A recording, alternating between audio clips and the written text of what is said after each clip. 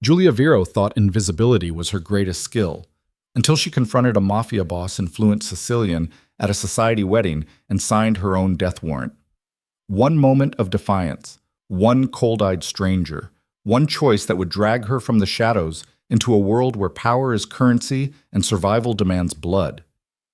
Stay until the end to see if she makes it out alive. Like this video and drop your city in the comments so I can see how far Julia's story has traveled. The Augustine Hotel smelled like money, old money, the kind that didn't apologize for existing.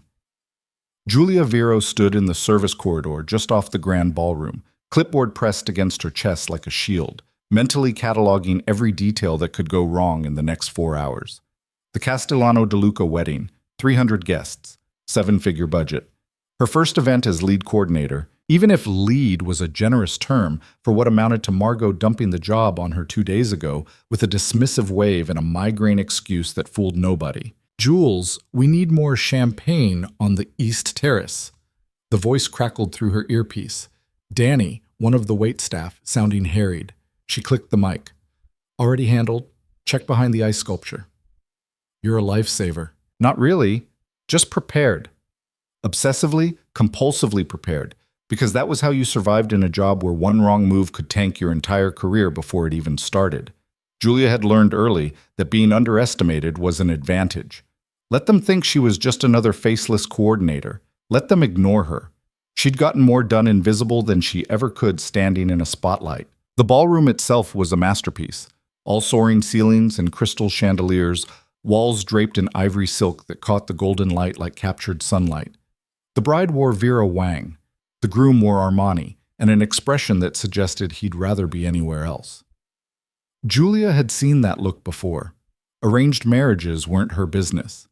Making sure the cake didn't collapse and the sound system didn't fail was. She moved through this crowd like water, never quite touching anyone, her black dress and pulled-back hair designed for maximum anonymity. A tray of champagne flutes wobbled in a server's hands near the gift table. She steadied it with one hand without breaking stride. A microphone squealed feedback during the best man speech. She'd already signaled the sound tech, who killed it before most guests even noticed. Invisible. Efficient. Exactly what she needed to be. "Miss Vero?" One of the venue coordinators appeared at her elbow, looking nervous. "There's a situation with the seating in the West Gallery." Of course there was. "Show me." The West Gallery overlooked the main ballroom from a private balcony area reserved for the highest-tier guests, the ones who rated marble tables and premium scotch instead of the standard open bar. Julia climbed the curved staircase, already running through solutions. Wrong name cards? Dietary restrictions she'd missed? Someone's mistress seated too close to someone's wife? But when she reached the gallery, everyone was seated. No crisis? No problem. Just a conversation that made her blood go cold. 2 men stood near the balcony railing, backs to her, speaking in rapid Sicilian. Not Italian, Sicilian, the dialect her grandmother had raised her on in the cramped Brooklyn apartment that smelled like espresso and regret. The older woman had been dead 3 years now, but her voice still lived in Julia's head, sharp and unforgiving. "Never let them see you weak. Never let them think you don't understand. Wasting time on this circus," the first man was saying. Older voice, rough like gravel. "The Castellanos think a wedding will smooth over the territory dispute. Idiots. Let them think it."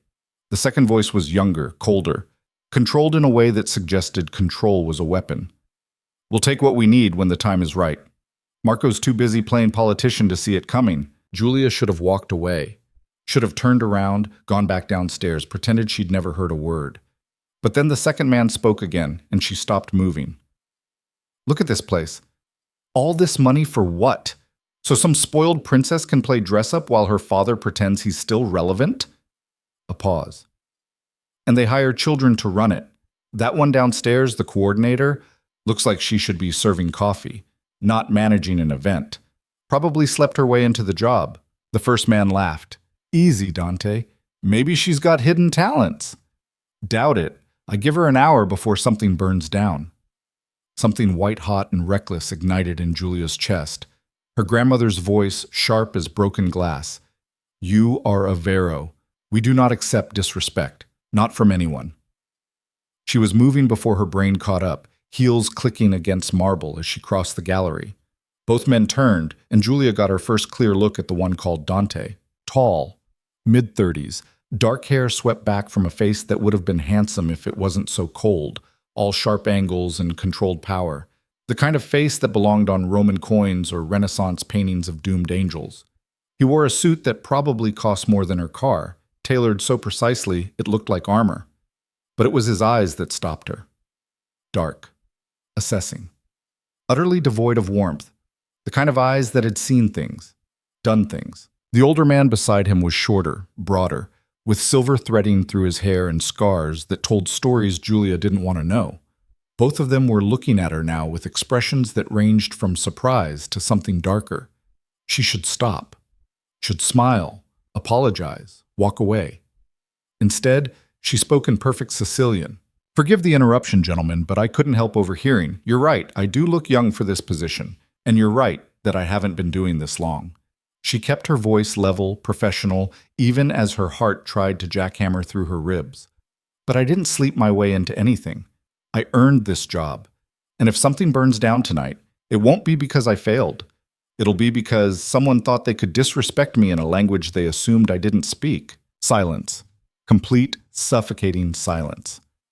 The older man's eyebrows had climbed toward his hairline, but Dante hadn't moved. Hadn't blinked. He just stared at her with those dark, empty eyes, and Julia realized with a sick, plunging certainty that she'd just made a terrible mistake. "You speak Sicilian." His voice was soft. Too soft. The kind of soft that preceded violence. "My grandmother insisted." She refused to let her voice shake. She said a woman who doesn't understand what men say about her is a woman asking to be destroyed. Wise woman. He took a step closer. Julia held her ground even though everything in her screamed to run. "What's your name?" "Julia Vero." "Julia Vero," he repeated like he was tasting it. "The coordinator who's going to make sure nothing burns down. That's the plan." "And if I told you," he said quietly, "that you just made a very dangerous choice? Then I'd say respect is worth the risk." Something flickered in his expression. Not anger, not amusement. Something else. Something that made her skin prickle with warning. "Dante, we should—" the older man started, but Dante raised one hand and he fell silent immediately. "No," Dante said, still watching Julia like she was a puzzle he couldn't solve. "I think Miss Vero has earned our respect tonight." He tilted his head slightly. "Tell me, are all your staff so bold? Just the ones who were raised by Sicilian grandmothers? And where is this grandmother now?" "Dead." "I'm sorry." He didn't sound sorry. He sounded curious. Julia's earpiece crackled, Danny again, asking about the cake service timing. She needed to go. Needed to get away from this man and his dead eyes, and the way he looked at her like he was deciding whether she was prey or something more interesting. "If you'll excuse me," she said, switching back to English. "I have a wedding to coordinate." She turned to leave, but his voice stopped her. "Miss Vero." She looked back. "Mistake. We'll be watching," Dante said softly, "to see if anything burns down." It wasn't a threat. It was worse. It was a promise. Chekhaket.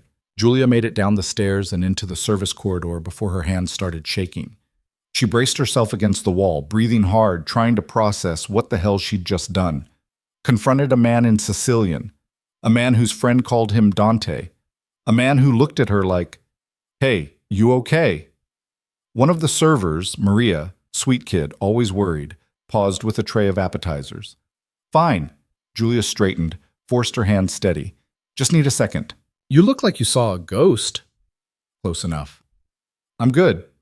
Check on the photographer. Make sure he's getting the couple's exit shots." Maria nodded and disappeared. Julia pressed her fingers against her temples, willing her pulse to slow down. She'd worked too hard for this job. Clawed her way up from unpaid intern to assistant coordinator to, barely, lead on this event.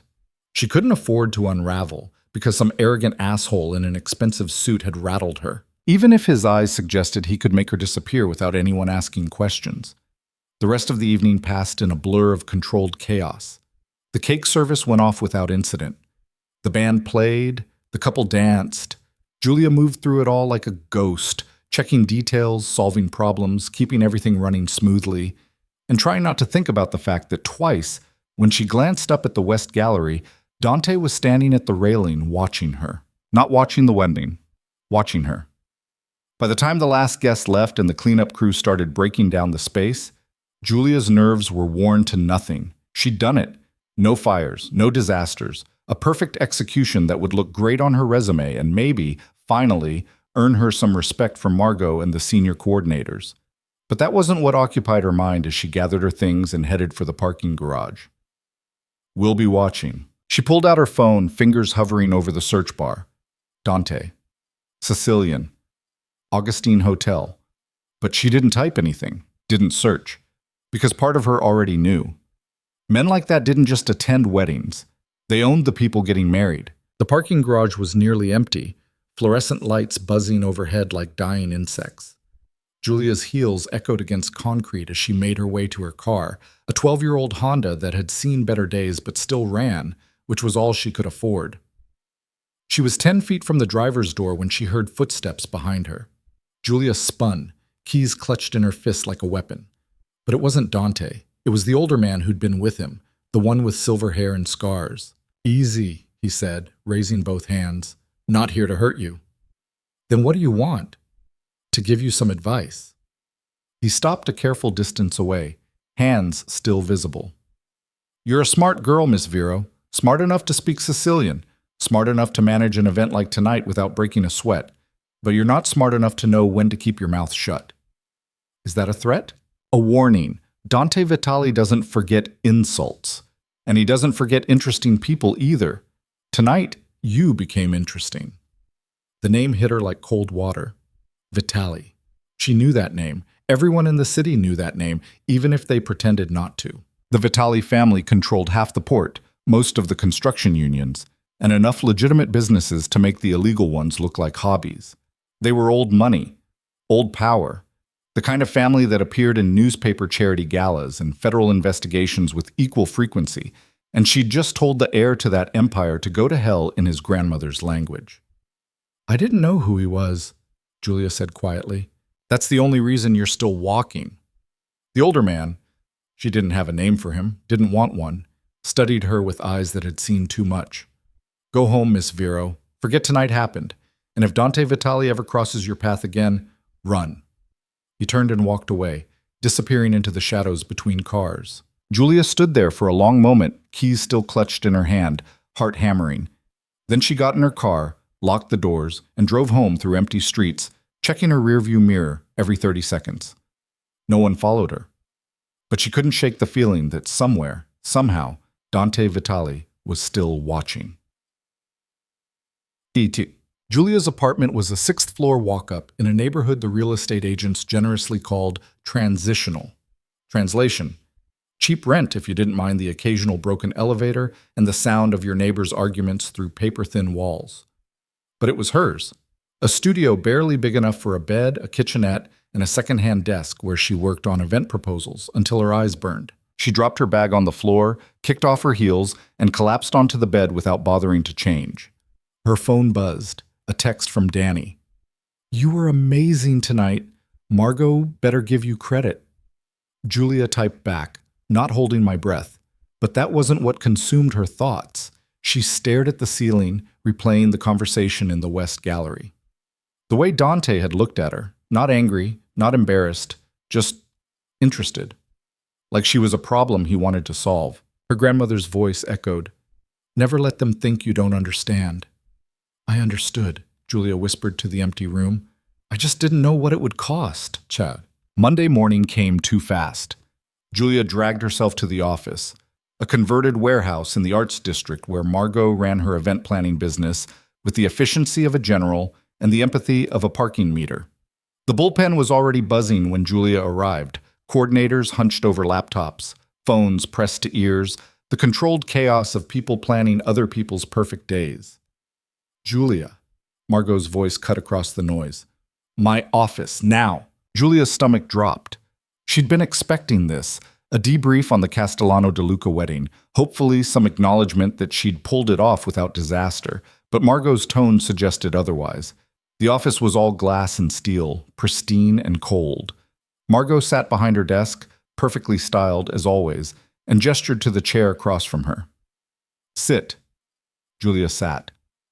The Castellano wedding, Margot said without preamble. Tell me what happened in the West Gallery. Julia's mouth went dry. What do you mean? Don't play games with me. I got a call this morning from Vincent Castellano himself. He said there was an incident involving you and one of the guests. I handled a situation, Julia said carefully. It didn't affect the event. Handled it how? A guest was being disrespectful. I addressed it professionally. Margot's expression didn't change. This guest, did you know who he was? Not at the time. And now? Julia hesitated. I've heard the name. Dante Vitali. Margot leaned back in her chair. Son of Marco Vitali, heir to one of the most powerful families in the city. A man you do not address unless spoken to, and certainly not in front of witnesses. He was insulting me. I don't care if he was setting you on fire. You smile, you nod, you walk away. That's how this works, Julia. These people, they're not our friends, they're clients, and some of them are dangerous. I understand. Do you? Margot's voice went sharp, because Vincent Castellano sounded very interested in the fact that one of my coordinators speaks Sicilian and isn't afraid of the Vitali family, and that kind of interest is not the kind we want. Julia's pulse quickened. I'm sorry. It won't happen again. No, it won't. Margot pulled a folder from her desk drawer and slid it across. Because you're being reassigned. What? The Morrison baby shower next week. Samantha will take it. You're back on assistant duty until further notice. Julia stared at the folder like it was a snake. You're demoting me.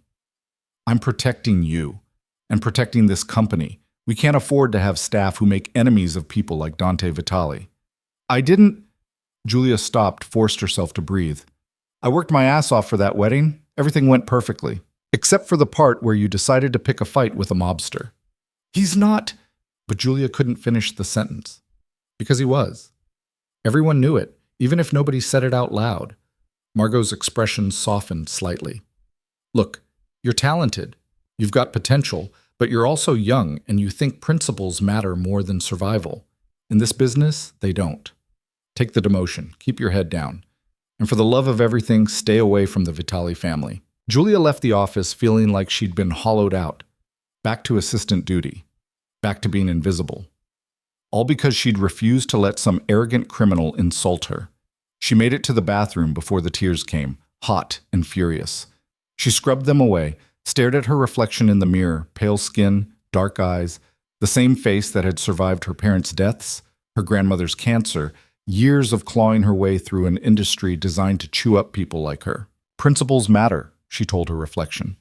But as she walked back to her desk, phone buzzing with new assignments, she couldn't shake the feeling that Dante Vitali had cost her more than she'd realized, and that the cost was about to get higher. The flowers arrived 3 days later. Julia came home to find a massive arrangement sitting outside her apartment door, 24 blood-red roses in a crystal vase that probably cost more than her rent. No card, no signature, just roses that smelled like funerals and promises. She left them in the hallway. They were gone the next morning. But that afternoon, a new arrangement appeared, this time on her desk at work, delivered while she was in a meeting.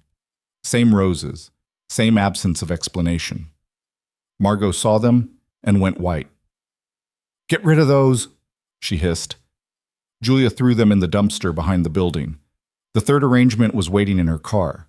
She had no idea how anyone had gotten past the locks, but there they were, roses on her passenger seat, petals perfect and red as blood.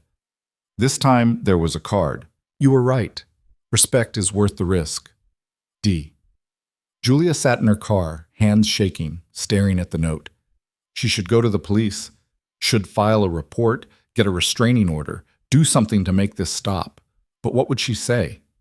That a powerful man was sending her flowers? That she felt watched, hunted, like prey being circled by something patient and hungry? They'd laugh her out of the station. She drove home with the roses on the seat beside her, their scent filling the car like a warning. Saturday night, Julia made a mistake. She went out with coworkers, Danny and Maria and two others, all of them trying to blow off steam at a downtown bar that served overpriced cocktails and played music too loud for conversation. Julia didn't usually do this, didn't usually let herself relax, let her guard down, let herself be anything other than focused and controlled. But she'd had a brutal week. Margot was treating her like a pariah. The Morrison baby shower had been a disaster. Not her fault, but she'd taken the blame anyway. And the roses kept coming, one arrangement after another, like a slow-motion siege. So she drank. 2 cocktails, then 3. Let herself laugh at Danny's terrible jokes and Maria's stories about her nightmare roommate. Let herself feel normal for a few hours. She was in the bathroom, washing her hands and trying to convince herself that the room wasn't spinning when her phone buzzed. Unknown number, text message, you should go home. Julia stared at the screen, heart suddenly pounding. Another buzz. The bar isn't safe tonight. She fumbled with the phone, fingers clumsy. Typed back, who is this? The response was immediate. Someone who's watching out for you. Leave, now. Julia walked back into the bar on legs that didn't feel steady, found Danny at their table. I need to go, she said. What? Why? You okay? Just, I need to leave, now. Danny frowned but didn't argue. Want me to come with you? No, stay. I'll get a cab. She was halfway to the door when she saw him. Dante Vitali, sitting at the bar like he'd been there all night, whiskey in hand. He wasn't looking at her, wasn't acknowledging her at all. But she knew he'd sent the texts, knew he was the reason her skin felt electric and her instincts screamed danger. Julia turned and walked out without looking back. The street was cold, wind cutting through her jacket. She pulled out her phone to call a rideshare, but before she could, a black Mercedes pulled up to the curb. The rear window rolled down. Dante looked at her from the back seat. Get in. No.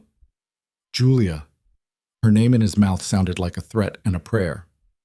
Get in the car or I'll put you in it myself. Those are your options. I'll scream. No one will care. He said it flatly, without malice. Just fact. Julia looked around. The street was empty except for a homeless man sleeping in a doorway and a couple too drunk to notice anything. No witnesses, no help. She got in the car. The door closed behind her with a sound like a coffin ceiling. The driver pulled away from the curb before she'd even fastened her seatbelt. Dante sat on the opposite seat, watching her with those dark, unreadable eyes. Where are we going? Julia's voice came out steadier than she felt. Somewhere safe? Safe from what? From the men who were planning to grab you outside that bar in about 10 minutes. Julia's breath caught. What? You made an impression at the Castellano wedding, Julia. Not just on me. The DeLuca family is interested in anyone connected to the Vitalis, and you became connected the moment you spoke to me in Sicilian. I'm not connected to anything. I'm an event coordinator. You were. He shifted slightly and she caught the edge of something under his jacket. A gun, she realized with sick certainty. Now you're something else. Now you're visible. And in my world, that's dangerous. I didn't ask for this. No, you asked for respect. Welcome to the cost. The car wound through streets Julia didn't recognize, heading away from downtown into an area where the buildings grew larger and the darkness felt deliberate. She should be terrified, should be fighting, screaming, trying to escape, but a horrible, traitorous part of her was curious. Why are you doing this? She asked quietly. Dante was silent for a long moment, then, because you're the first person in 5 years who looked me in the eye and told me to go to hell.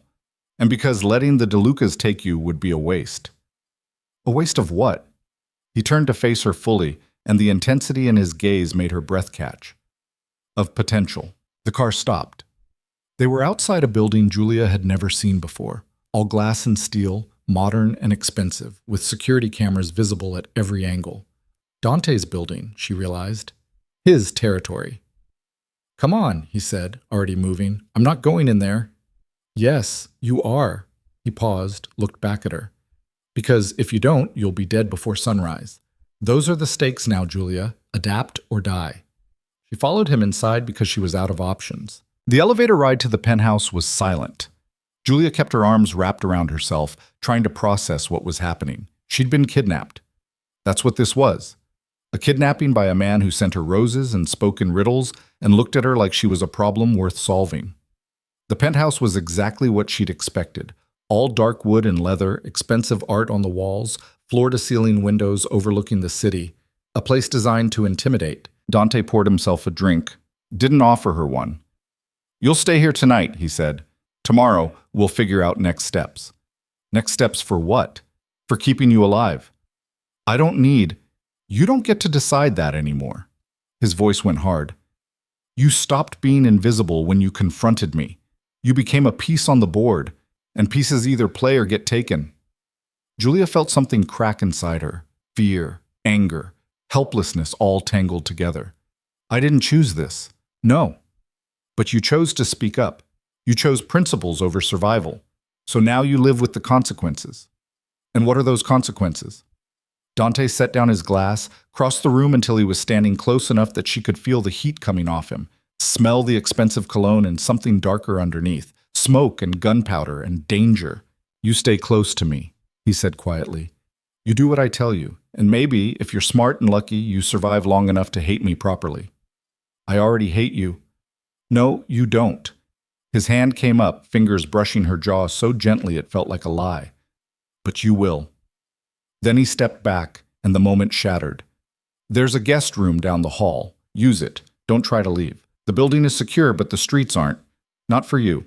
Not anymore." He walked away, leaving Julia standing in the middle of his fortress, trembling with rage and terror, and something she refused to name.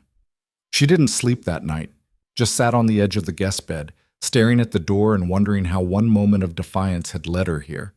To a penthouse prison. To a man who looked at her like she was worth keeping. To a world where invisibility had been her greatest weapon, and now it was gone forever. Morning came with weak sunlight and the smell of coffee. Julia found Dante in the kitchen, dressed in dark slacks and a white shirt with the sleeves rolled up, looking unfairly human as he worked an espresso machine that probably cost more than her education. "Sleep well?" he asked without looking at her. "Go to hell." "Already there." He poured 2 cups, slid one across the marble counter toward her. "Drink. We have a long day." "I'm not—" "Drink, Julia." His voice went soft, dangerous. "Because you're going to need the caffeine for what comes next." She drank. Hated herself for it. Hated him more. "What comes next?" she asked. Dante met her eyes over the rim of his cup. "You meet my family, and they decide if you're worth protecting or if you're better off dead." Julia stared at Dante across the kitchen counter, the espresso growing cold in her hands. "Your family decides if I'm worth protecting or if I'm better off dead," she repeated slowly. "That's what you just said." "Yes." "And you think that's a normal thing to tell someone over coffee?" Dante's mouth curved slightly, not quite a smile, more like the ghost of one. "Nothing about this situation is normal, Julia. The sooner you accept that, the easier it gets." "Easier?" She set down the cup before she threw it at him. "Nothing about being kidnapped and threatened is easy. You weren't kidnapped. You were extracted from a situation that would have ended with you in pieces at the bottom of the harbor. According to you, according to reality." He moved around the counter, closing the distance between them with the casual confidence of a man who'd never had to worry about personal space. "The DeLuca family doesn't make threats, Julia. They make examples. And you became interesting to them the moment you became interesting to me.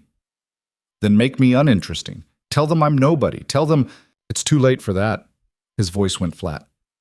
"You spoke Sicilian in front of witnesses at a wedding that was supposed to cement a fragile peace between 2 families. You embarrassed me publicly, and instead of having you killed for it, I sent you roses. Do you understand what that looks like to people who watch for weakness?" Julia's throat tightened. "Like you're interested. Like I'm compromised." He reached past her for his coffee, close enough that she could see the faint scar along his jaw, white against tanned skin.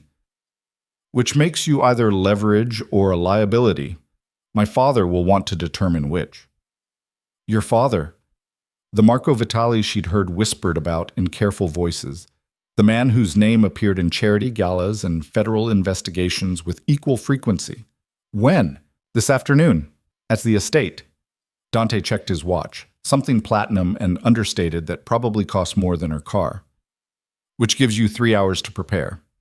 "Prepare for what? A trial? An execution?" "A conversation." He set down the cup, met her eyes. With people who will decide if you live or die based on how you handle yourself. So I suggest you find whatever spine made you confront me in the first place, because you're going to need it. Julia wanted to argue, wanted to run, but the exhaustion of the past few days hit her all at once. The demotion, the roses, the kidnapping, the impossible choice between terror and surrender. She was so goddamn tired of being afraid. Fine, she said, but I need clothes. These aren't exactly already handled. Dante nodded toward the hallway. Second door on the left, everything you need. Of course he'd already thought of it. Probably had someone go through her apartment, catalog her sizes, pick out something appropriate for meeting a crime family. The violation of it made her skin crawl, but she was past the point of protesting. The room he'd indicated turned out to be a walk-in closet that could have doubled as a boutique. Dresses, slacks, blouses, all in her size, still bearing tags from designers she couldn't afford to window shop. Julia stood in the doorway, overwhelmed by the sheer excess of it. Pick something conservative, Dante called from somewhere behind her. My mother appreciates modesty. Your mother, Julia said to the empty closet. Right, because meeting the mob boss's mother is totally normal. She settled on a navy sheath dress and matching blazer, simple enough to be respectful, but structured enough to make her feel armored. Found shoes that didn't make her want to murder whoever had guessed her size. When she emerged 20 minutes later, Dante was waiting in the living room, jacket on, looking every inch the heir to an empire. He studied her for a moment, expression unreadable. That'll work. High praise. You want praise? Join a different family. He headed for the elevator. Come on, we're late. The drive took them out of the city, into suburbs that gradually gave way to estates hidden behind stone walls and iron gates. Julia watched the landscape change through the Mercedes's tinted windows, trying to keep her breathing steady. Dante sat beside her, silent, scrolling through messages on his phone with the detached focus of someone reviewing kill orders or stock portfolios, or both. Why are you doing this? Julia asked finally. He didn't look up. Doing what? Protecting me. You could have just let them take me. Let this whole thing disappear. I could have. He set down the phone. But I didn't. That's not an answer. It's the only one you're getting right now. He turned to face her, and the intensity in his gaze made her breath catch. You think I owe you explanations, Julia? I don't. What I owe you is a chance to survive what you started. Whether you take it is up to you. I didn't start anything. You confronted a man you didn't know, in a language that marked you as family, in front of witnesses who report every breath I take back to my father. You started something. Own it. Julia wanted to scream at him, wanted to demand he take her home, let her go, pretend none of this had happened. But the rational part of her brain, the part that had gotten her through her parents' funeral and her grandmother's cancer and years of fighting for scraps in an industry designed to break her, knew he was right. She'd made a choice. Now she had to live with it. The Vitali estate appeared beyond a final turn, a sprawling Mediterranean-style compound that looked like it had been airlifted from the Italian coast and dropped into American suburbia.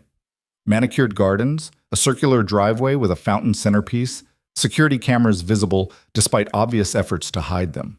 Money and power made architecture. Dante's phone buzzed. He glanced at it, expression tightening. They're waiting. Who's they? Everyone who matters. He pocketed the phone. Listen carefully. When we go inside, you speak only when spoken to. You answer questions honestly but briefly. You do not offer information. You do not try to charm anyone. And you absolutely do not mention what you heard at the Castellano wedding. Understood? What if they ask? They won't, because they already know. He opened the car door. My family doesn't ask questions they don't already have answers to. They ask questions to see if you'll lie. Julia followed him up marble steps to a front door that opened before they reached it. A man in a suit, security clearly, nodded at Dante and stepped aside. The interior was exactly what Julia had imagined.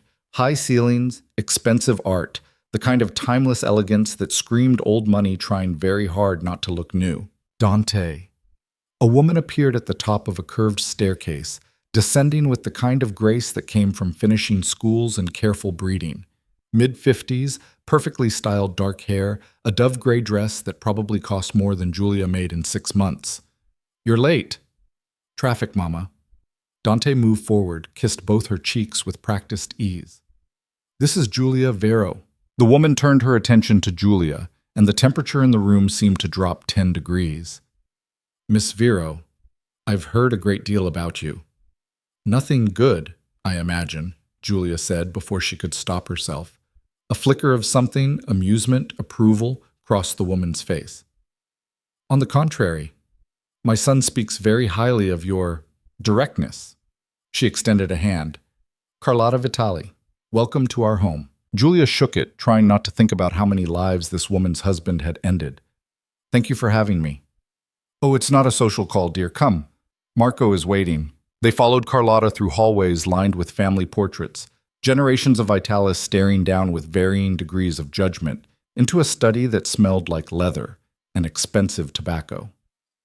Marco Vitali sat behind a massive desk, silver-haired and sharp-eyed, flanked by two men Julia didn't recognize. The man from the parking garage, the one who'd warned her to run, stood by the window, expression carefully neutral. Papa, Dante said, this is... I know who she is. Marco's voice was surprisingly soft, but it carried the weight of absolute authority. Sit down, Miss Vero. Julia sat in the chair across from his desk, spine straight, hands folded in her lap. Every instinct screamed at her to run, but she held her ground. Beside her, Dante remained standing, a silent presence. Marco studied her for a long moment. You speak Sicilian? Yes. Where did you learn? My grandmother. She was from Palermo. And her name? Julia hesitated. Giving him information felt like handing over ammunition, but lying would be worse. Sophia Russo. Before she married. Something shifted in Marco's expression.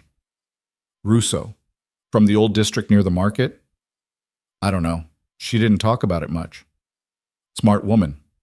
He leaned back in his chair. And she taught you the language. Why? She said a woman who doesn't understand what men say about her is asking to be destroyed. Marco's lips curved into something that might have been a smile if it had reached his eyes. Your grandmother was very smart. Tell me, Miss Vero, what do you think men are saying about you now? That I'm a problem. Are you? Julia met his gaze, refusing to flinch. Not intentionally, but you became one anyway. He picked up a pen, tapped it against the desk. You embarrassed my son. In public, in front of families we're currently negotiating with, that creates complications.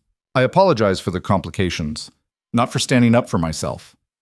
The man by the window, the one who'd warned her, made a sound that might have been a laugh quickly suppressed. Marco's eyes flicked toward him, then back to Julia. You have pride, Marco said. That's dangerous in a woman. It's dangerous in anyone, Julia shot back before she could stop herself. But it's the only thing that kept me alive after my parents died and my grandmother got sick and the world decided I wasn't worth noticing. So forgive me if I'm not willing to give it up because your son didn't like being called out for being an asshole. Silence. Complete, suffocating silence. Julia's heart hammered against her ribs. She'd gone too far, signed her own death warrant with her inability to keep her mouth shut. Then Marco laughed. It wasn't a warm laugh. It was the kind of laugh that preceded violence or respect, and Julia couldn't tell which. He set down the pen, leaned forward, elbows on the desk. You remind me of someone, he said quietly. Someone who also thought pride mattered more than survival. She was wrong, but she was also brave. His gaze shifted to Dante. Your mother would like her. I already do, Carlotta said from the doorway, making Julia jump. She hadn't noticed the woman follow them in. She's got fire. Stupidity too, but fire burns that away eventually. The question, Marco continued, is what we do with her. The DeLucas know Dante intervened when their men tried to grab her. That makes her significant. We can either use that or eliminate the complication entirely. Julia's blood went cold. Eliminate. It's a word we use for problems, Miss Vero. You are currently a problem. Papa, Dante started, but Marco raised a hand. I'm not finished. He turned back to Julia. You have two options. Option one, you disappear.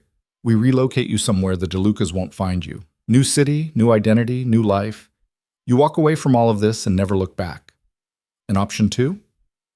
You stay.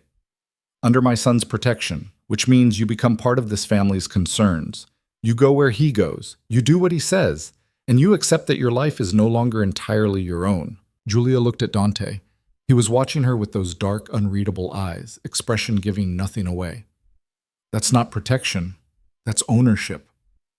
In this world, Marco said, they're the same thing. Then I choose option 1. I'll disappear. No, Dante said quietly. Everyone turned to look at him. He kept his eyes on Julia, something fierce and possessive burning behind the careful control. She stays, he said, under my protection. That's non-negotiable. Dante, Marco began, she stays, Papa, or I walk away from all of this. The business, the family, everything. His voice was calm, but Julia heard the steel underneath. Your choice. Carlotta made a small sound. Surprise or satisfaction, Julia couldn't tell. Marco's expression went very still, the kind of still that preceded either violence or capitulation. You would risk everything for a woman you barely know, Marco said. I would risk everything for a woman who looked me in the eye and refused to back down. Yes. Marco studied his son for a long moment. Then he sighed, suddenly looking every one of his 60-some years. You're just like your mother, stubborn and reckless and too damn noble for your own good. Is that a yes? Dante asked. That's a, if this blows up in your face, don't come crying to me. Marco turned back to Julia. Welcome to the family, Miss Vero. Try not to get my son killed. Julia felt like the floor had dropped out from under her. I didn't agree to anything. You lost the right to agree or disagree when you spoke Sicilian at that wedding, Marco said flatly. Now you adapt or you die. Those are your options. Dante's giving you a third choice. Survive under his protection. I suggest you take it. She looked at Dante again, searching for some sign that this was negotiable, found nothing but certainty. Fine, she said, voice shaking, but I want conditions. Marco's eyebrows rose. You're bargaining? If I'm giving up my life, I want something in return. And what would that be? Julia thought fast, trying to grab onto something that would give her some measure of control in a situation designed to strip it away. I keep working. I don't become some kept woman sitting in a penthouse waiting for danger to show up. I keep my job, my apartment, my life, or as much of it as possible. Absolutely not, Dante said. Your apartment isn't secure. Your job puts you in public, which is exactly why I need it. Julia stood, facing him directly. You want me to survive this? Fine, but I survive as me, not as some shadow of myself. I need to work. I need something that's mine. It's too dangerous. Everything's dangerous now. At least let me be useful. Dante's jaw tightened. She could see him calculating, weighing risks against benefits. Finally, he turned to his father. She can work, but only events we control. Private functions, family business. There's a lot of family business, the man by the window said mildly. Then she'll be busy. Dante looked back at Julia. That's the compromise.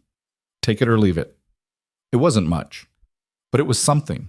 A lifeline to normalcy in a world that had stopped making sense. I'll take it, Julia said. Marco nodded. Then it settled. Luca, he gestured to the man by the window. You'll coordinate with Dante on security protocols. I want her covered at all times.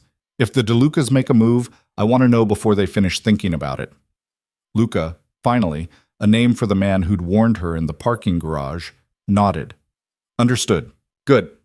Marco stood, signaling the meeting's end. Miss Vero, a word of advice.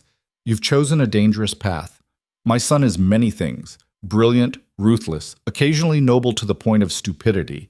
But he is not gentle, and this world he's brought you into does not forgive weakness. If you're going to survive, you need to be harder than you've ever been. Understand? I understand, Julia said, even though she wasn't sure she did. Then welcome to the family. Try not to make me regret this. Julia followed Dante out of the study, through hallways that seemed to close in around her, back to the car waiting in the circular drive. She didn't speak until they were on the road, estate shrinking in the rearview mirror. You threatened to walk away from your family, she said quietly. For me. Why? Dante stared straight ahead, hands steady on the wheel. Because you were right. About what? Respect is worth the risk. He glanced at her briefly, something raw in his expression. I've spent my entire life being told what I am, what I'm supposed to be. Marco Vitali's son, the heir, the weapon. And then you looked at me like I was just a man being an asshole and called me on it. Do you know how rare that is? So this is about ego. This is about the fact that you're the first real thing I've encountered in years. His voice went rough. Everything in my world is calculated, Julia. Every conversation, every alliance, every goddamn breath is part of some larger strategy. But you were just honest. Stupidly, recklessly honest. And I wasn't about to let the DeLucas take that away. Julia didn't know what to say to that. Didn't know how to process the fact that her impulsive confrontation at a wedding had led to this. Protection from a man who looked at her like she was a problem he wanted to solve and a treasure he refused to lose. They drove in silence for a while, city rising around them again. Finally, Dante spoke. There are rules now. You need to understand them. I'm listening. You don't go anywhere without security. Luca or someone he approves. No exceptions. Fine. You tell me where you are at all times. If plans change, I know about it. That's non-negotiable. The DeLucas will be watching for opportunities. I'm not giving them one. Julia bit back the protest. Okay. And you don't talk about what you hear. Family business stays in the family. What you overhear, what you see, what you figure out. It stays locked down. I'm not an idiot, Dante. I know how this works. Do you? He pulled the car over suddenly, turning to face her. Because it seems like you think this is temporary, like you can just go back to your life once things calm down. But that's not how this works, Julia. You're in it now, permanently. And if you think that's something you can just walk away from when you get bored or scared, you're going to get yourself killed. I'm already scared, Julia shot back. I've been scared since you showed up at that bar. Since you put me in this car. Since your father looked at me like I was a chess piece he was deciding whether to play or sacrifice. So don't tell me I don't understand the stakes. I understand perfectly.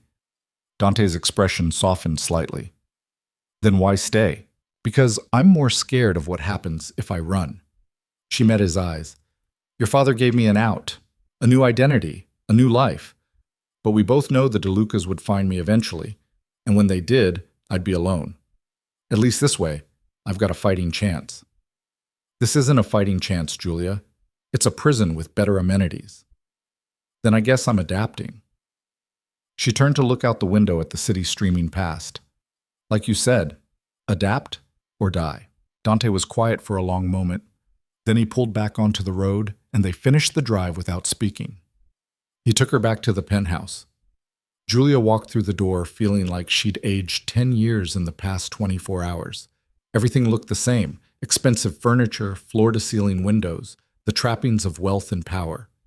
But it felt different now. Less like a prison and more like a fortress. I need to make some calls, Dante said, already pulling out his phone. Luca will be here in an hour to go over security protocols. Don't leave the building. Wasn't planning on it. He paused halfway to his office, looked back at her. Julia. What? You did well today. With my father. Most people fold when he looks at them like that. Most people probably have better survival instincts than me. Probably. A ghost of a smile crossed his face. Get some rest. Tomorrow's going to be worse. He disappeared into the office, leaving Julia standing in the living room, exhausted and wired and completely out of her depth. She made it to the guest room, sat on the edge of the bed, and let herself shake for the first time since this whole nightmare started. Her phone, her actual phone, which she'd left in her purse, buzzed with messages. Danny asking if she was okay. Maria wondering where she'd disappeared to. Margot's number showing 3 missed calls. Julia stared at the screen, at the remnants of her normal life demanding attention, and realized she couldn't answer any of them. Couldn't explain where she was or why. Couldn't pretend everything was fine when she'd just agreed to become property of a crime family to avoid being murdered by their rivals. She turned off the phone. Luca arrived exactly 1 hour later, carrying a tablet and wearing the expression of a man who'd drawn the short straw. He sat across from Julia at the kitchen counter and walked her through a security protocol that was simultaneously exhausting and terrifying. Tracking app on her phone. Check-ins every 4 hours. A panic button disguised as a bracelet that would summon armed response in under 3 minutes. Lists of safe locations, Weixian zones, people to avoid at all costs. This is insane, Julia said halfway through. This is Tuesday, Luca replied without looking up from the tablet. You want insane? Wait until someone actually tries to kill you. Has that happened? To people under Dante's protection? Luca's expression went carefully blank. Yes. And did they survive? Some of them. He set down the tablet. Look, I'm going to be straight with you because Dante won't. You're not the first woman he's decided to protect, but you're the first one he's threatened to walk away from the family over. That makes you different. That also makes you a bigger target. Comforting. It's honest. And honesty is the only thing that keeps you alive in this world. He pulled out a business card, slid it across the counter. My number. You call it if anything feels wrong. I don't care if it's 2 a.m. or you just have a bad feeling. You call. Julia took the card. Why are you helping me? Because Dante asked me to, and because, he paused, choosing words carefully, because you remind me of someone. Someone who didn't make it, and I'm tired of burying people who could have survived if they'd just asked for help. Who was she? Someone who thought she could handle things alone. Luca stood, pocketed the tablet. Don't make the same mistake. After he left, Julia sat at the counter staring at the business card, at the panic bracelet now locked around her wrist, at the phone that would track her every movement. This was her life now. Monitored, controlled, protected, owned. Dante emerged from his office around midnight, looking tired in a way that made him seem almost human. He found her still sitting at the counter, staring at nothing. You should sleep, he said. Can't. Try. He moved to the liquor cabinet, poured 2 glasses of something amber, slid one toward her. It helps. Julia took it, drank, felt fire slide down her throat. Is this what it's always like? The watching, the waiting, the constant awareness that someone might try to kill you? Yes. How do you stand it? You get used to it? He leaned against the counter close enough that she could see the exhaustion in his eyes. Or you break. Most people break. And the ones who don't? They become like me. He said it without pride or shame, just fact. Hard, careful, alone. You're not alone, you have your family. Family isn't the same as not being alone. He finished his drink, set down the glass. You'll understand that soon enough. Julia wanted to argue, wanted to tell him he was wrong, that family meant something, that connection was possible even in a world built on violence and power. But the words died in her throat because she could see it in his eyes. The isolation, the weight of being Marco Vitali's son, the heir to an empire that demanded everything and gave nothing back except survival. I'm sorry, she said quietly. For what? That this is your life. Dante looked at her for a long moment, something shifting in his expression. Don't apologize for things you can't change, Julia. Save your energy for surviving what comes next. And what is that? Tomorrow you meet the rest of the family, the ones who think you're a liability, the ones who want you gone. He straightened, started toward his bedroom. Get some sleep. You'll need it. Julia sat alone in the dark penthouse, glass of expensive whiskey warming in her hands, and tried to remember what her life had been like 3 weeks ago, before the Castellano wedding, before Dante Vitali, before she'd traded invisibility for survival and discovered that the cost of being seen was higher than she'd ever imagined. She drank the whiskey, went to bed, didn't sleep. And when morning came with weak sunlight and the smell of coffee, she got up and prepared to face whatever came next. Because she'd made her choice. Now she had to live with it. The family dinner was scheduled for 7. Dante told her this over breakfast, if coffee and silence could be called breakfast, while scrolling through his phone with the detached focus of someone reading casualty reports. Dinner, Julia repeated, with the people who want me dead. Not all of them want you dead. Some just want you gone. There's a difference. He set down the phone, finally looking at her. My Uncle Sal thinks you're a distraction. My cousin Nico thinks you're DeLuca bait, and my Aunt Francesca thinks I've lost my mind. Have you?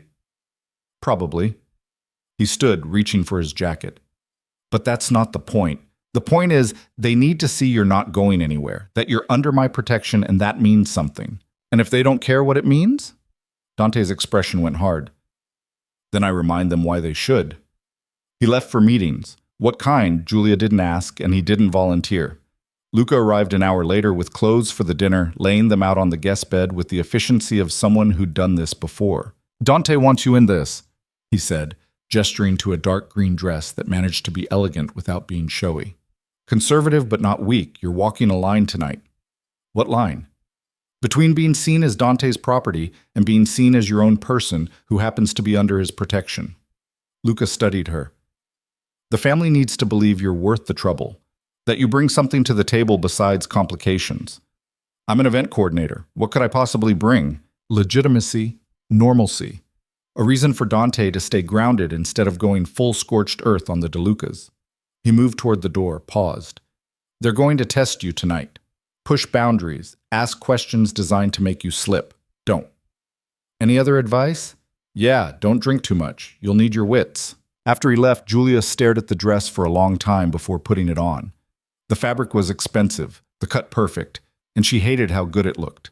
Hated that she was being dressed like a doll for a performance she hadn't auditioned for. But she put it on anyway. Did her makeup carefully, pulled her hair back in a style her grandmother would have approved of. Elegant, controlled, nothing that could be grabbed in a fight. The thought made her laugh bitterly. She was preparing for dinner like it was combat. Maybe it was. Dante returned at 6, wearing a different suit, charcoal instead of black, still tailored like armor. He looked her over with an expression that might have been approval. "You'll do," he said. High praise. "I'm not good at compliments, but you look—" He stopped, seemed to reconsider. "You look like you belong." "Do I?" "You will after tonight." He offered his arm. "Come on. We're taking my car. Luca will follow." The estate looked different at dusk, shadows pooling in the gardens, lights beginning to glow in windows like warning fires.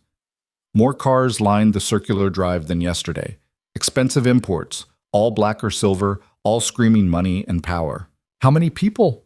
Julia asked as Dante helped her out of the Mercedes. 12. Immediate family only." "That's immediate?" "In this world, yes." He kept his hand on the small of her back as they walked up the steps, a gesture that looked protective but felt possessive. "Remember, you're here because I want you here.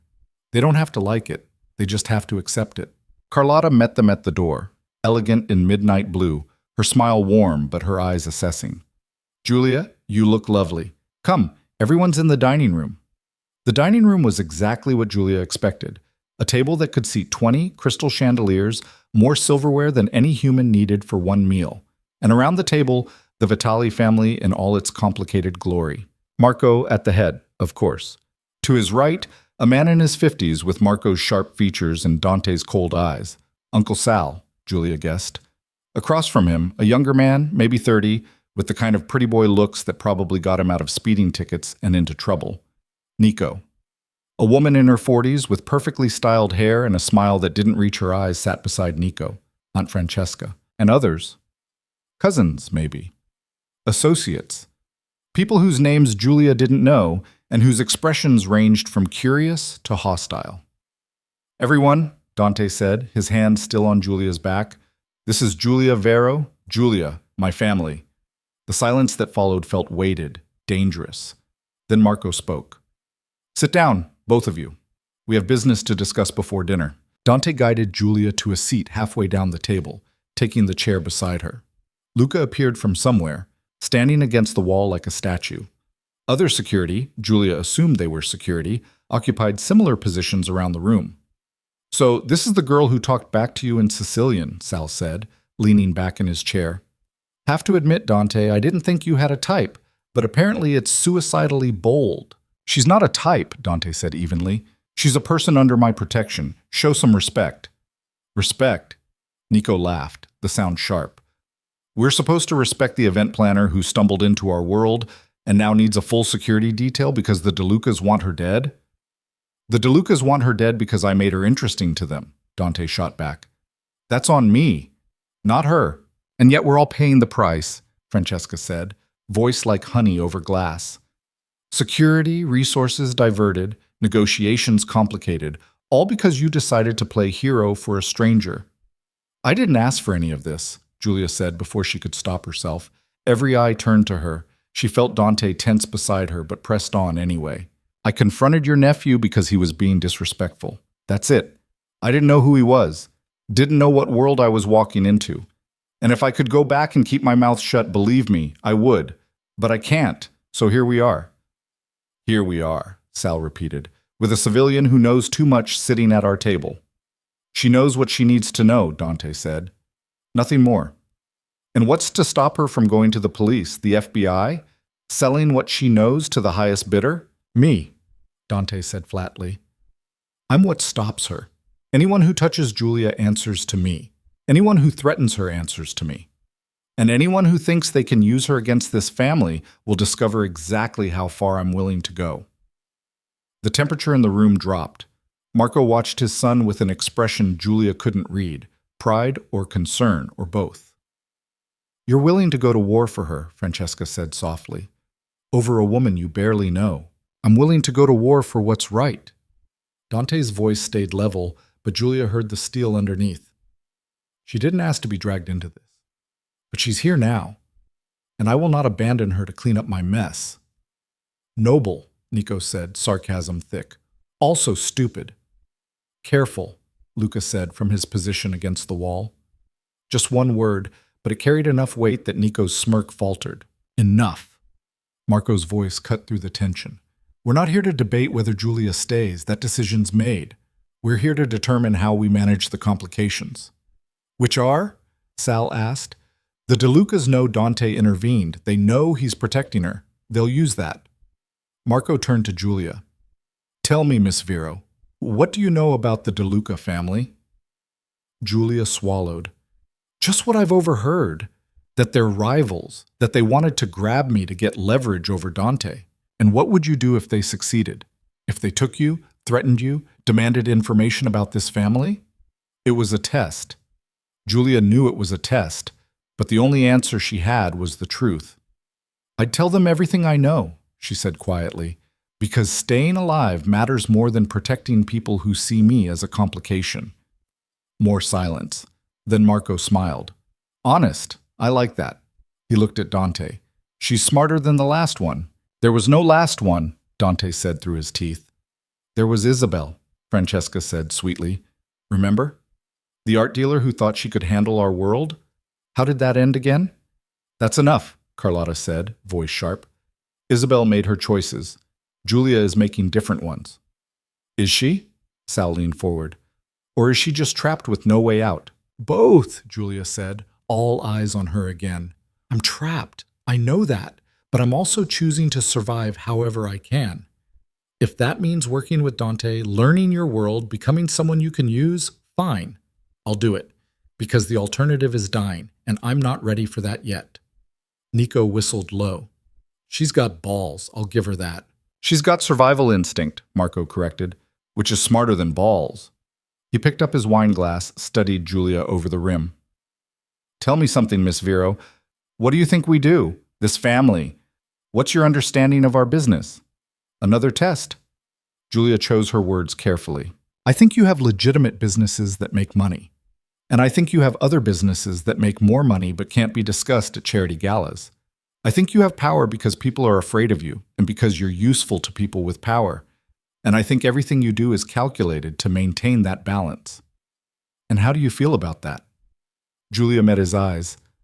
I don't have the luxury of feelings anymore. I just have survival. Marco laughed, actually laughed, the sound genuine. I like her, Dante. She's practical. She's terrified, Dante said quietly, looking at Julia with something that might have been concern. But she's hiding it well.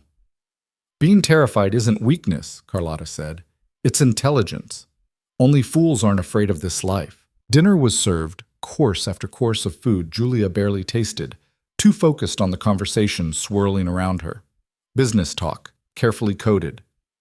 Names she didn't recognize attached to situations she couldn't fully understand. She stayed quiet, spoke only when spoken to, and tried not to think about how every person at this table had probably ordered someone's death at some point. Dessert arrived. Something with chocolate and gold leaf that probably cost more than her monthly rent. Francesca set down her fork, dabbed her mouth with a napkin, and turned to Julia.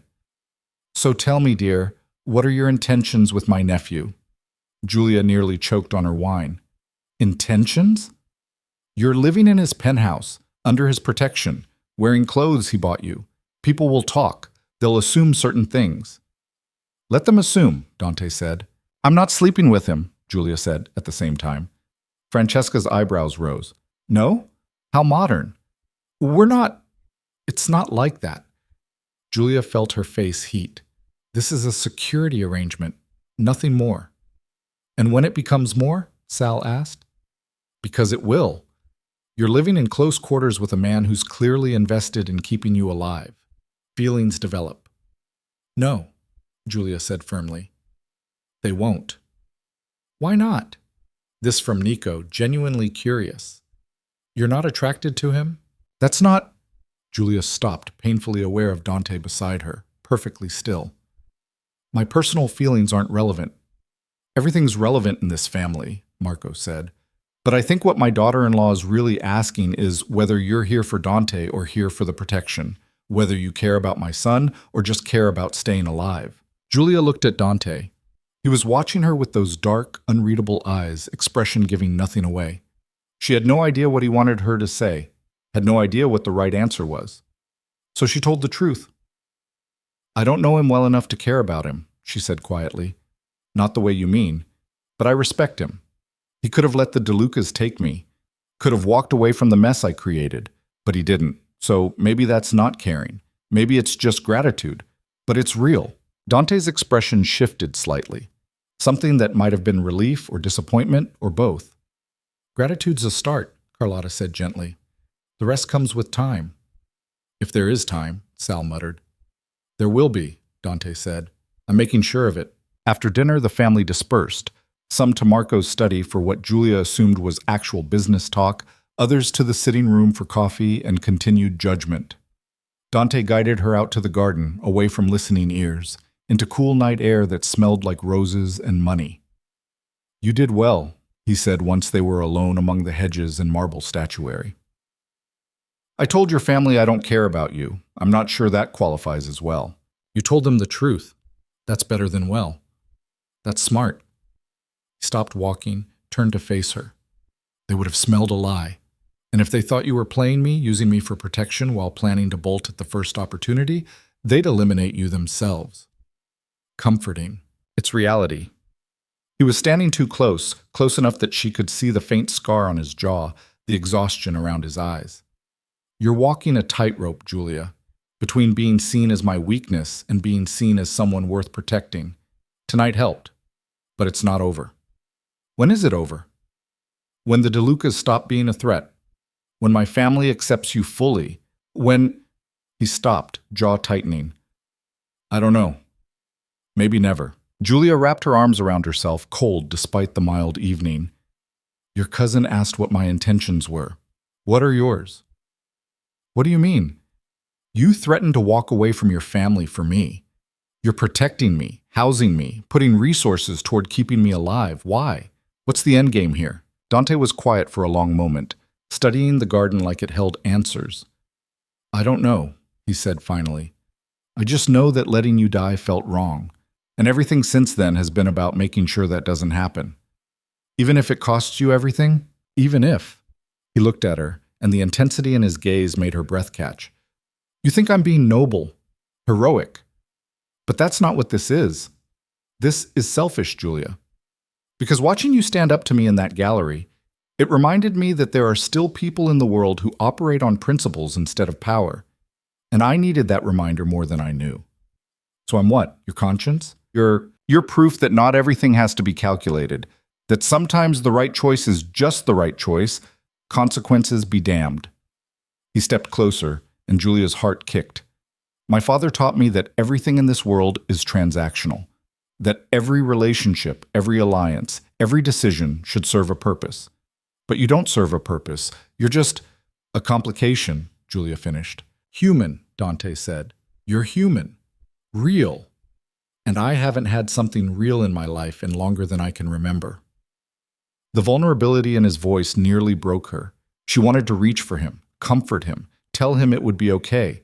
But nothing about this situation was okay. I don't know how to be what you need, she said quietly. I'm not asking you to be anything except yourself. He stepped back, breaking the moment. Come on, we should get you home before Sal decides to corner you with more questions. They drove back to the city in silence, Luca following in his own car. Julia stared out the window at lights blurring past and tried to process everything that had happened. She'd survived dinner with a crime family, had been tested and judged, and apparently found acceptable enough to keep breathing. But the cost kept rising. Every day in Dante's world, she felt herself changing, becoming harder, more careful, less like the woman who'd confronted an arrogant stranger, and more like someone who understood why you calculated everything before you spoke. Back at the penthouse, Dante disappeared into his office with Luca for what she assumed was a security debrief. Julia changed out of the green dress, pulled on the pajamas someone had left in her room, and sat on the edge of the bed staring at nothing. Her phone, still off, sat on the nightstand like an accusation. She turned it on. 47 messages. Most from Danny and Maria, worried. 3 from Margot, progressively angrier. 2 from numbers she didn't recognize. She ignored all of them except one from Danny. Where are you? We're worried sick. Julia typed back, I'm okay. Can't explain. Please don't worry. The response came immediately. That's not how worry works. Call me. She couldn't. Wouldn't know what to say. How to explain that she'd been absorbed into a crime family's protection detail because she'd made the mistake of having principles at the wrong time. A knock on the door made her jump. Come in. Dante entered, still in his dress shirt but with the sleeves rolled up, tie discarded. He looked tired and human and dangerously appealing. Luca's gone through the security footage from the past week, he said. No signs of DeLuca surveillance on the penthouse, but they're watching your old apartment and your office. So I really can't go back. Not safely. No. He leaned against the doorframe. I'm sorry. I know that's not what you want to hear. What I want doesn't seem to matter much anymore. It matters to me. He was quiet for a moment. I meant what I said in the garden. You're not just a complication, Julia. He stopped, seemed to reconsider. You're important. Important how? I don't know yet, but you are. He straightened. Get some sleep. Tomorrow we start your training. Training for what? For surviving my world. He moved to leave, paused in the doorway. And Julia? What you said at dinner, about not knowing me well enough to care. That's fair.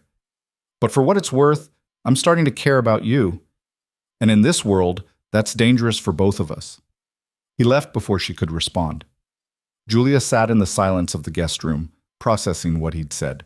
Caring was dangerous, feelings were weapons, trust was liability. But somewhere beneath the fear and the calculated survival, she felt something shifting. Some small part of her that had been numb since her grandmother's death was waking up, drawn to the man who looked at her like she mattered, and that terrified her more than the DeLucas ever could. 3 days later, the training began. Not the kind of training Julia had imagined. No guns or self-defense classes, though Luca promised those would come. This was different, harder. This was learning how to be invisible again, but with purpose. You're going to attend events, Dante explained over breakfast. Family functions, business dinners, charity galas where we need legitimate faces. You'll coordinate them like you've always done. But you'll also watch, listen, report back anything that seems off. You want me to spy? I want you to do what you do naturally. Notice things, people, patterns. You've got an eye for detail. That's valuable. And dangerous. Everything's dangerous now. Might as well be useful dangerous. The first event was a charity auction for the Children's Hospital. Legitimate, high profile, the kind of thing where the Vitali family showed their respectable face. Julia coordinated it with the precision she'd always brought to her work, but now she was watching for other things. Who spoke to whom? Who avoided whom? The tensions that flickered across faces when certain names were mentioned. She saw Nico talking to a man in an expensive suit, their body language suggesting an argument poorly concealed. Saw Francesca excuse herself 3 times to take phone calls, each one leaving her more agitated. Saw Marco work the room with the practiced ease of someone who knew exactly which strings to pull. And she saw Dante, always at the edge of her peripheral vision, watching her watch everyone else. You're getting better at this, Luca said during a quiet moment backstage.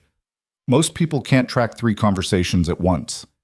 I've been coordinating events for years. Tracking chaos is my job. This is different chaos. This is the kind that gets you killed if you miss something. But she didn't miss things. At the second event, a private dinner for Marco's closest associates, she noticed the waiter who spent too much time near Marco's seat, hands shaking slightly when he poured wine. Mentioned it quietly to Dante, who had Luca remove the man for questioning. They found a recording device in his jacket pocket. DeLuca Plant, Dante told her later. You potentially saved my father's life tonight. I just noticed the wrong pattern. That's all it takes. He looked at her with something like pride. You're adapting. She was. Julia could feel it happening, the softening of her instinct to trust, the sharpening of her awareness, the way she'd started calculating exits and threats before she even entered a room. She was becoming what this world demanded, and it scared her how natural it felt. The attack came on a Thursday. Julia was leaving a venue after coordinating a corporate event, one of the legitimate jobs Dante had cleared, with Luca's team doing security sweeps beforehand. But somewhere between the venue door and the car, something went wrong. She didn't see them coming. One moment she was walking across the parking garage, heels echoing, checking her phone for the next day's schedule. The next, someone grabbed her from behind, arm around her throat, pulling her backward into shadows between cars. Julia tried to scream, but the arm tightened, cutting off air. She clawed at it, remembering nothing of the self-defense training Luca had started teaching her, pure panic taking over. Stop fighting. The voice was male, accented, Italian, not Sicilian. We just want to talk. But his grip said otherwise, said this wasn't about talking. Julia remembered the panic bracelet, twisted her wrist, felt the button press against her skin, pressed it hard.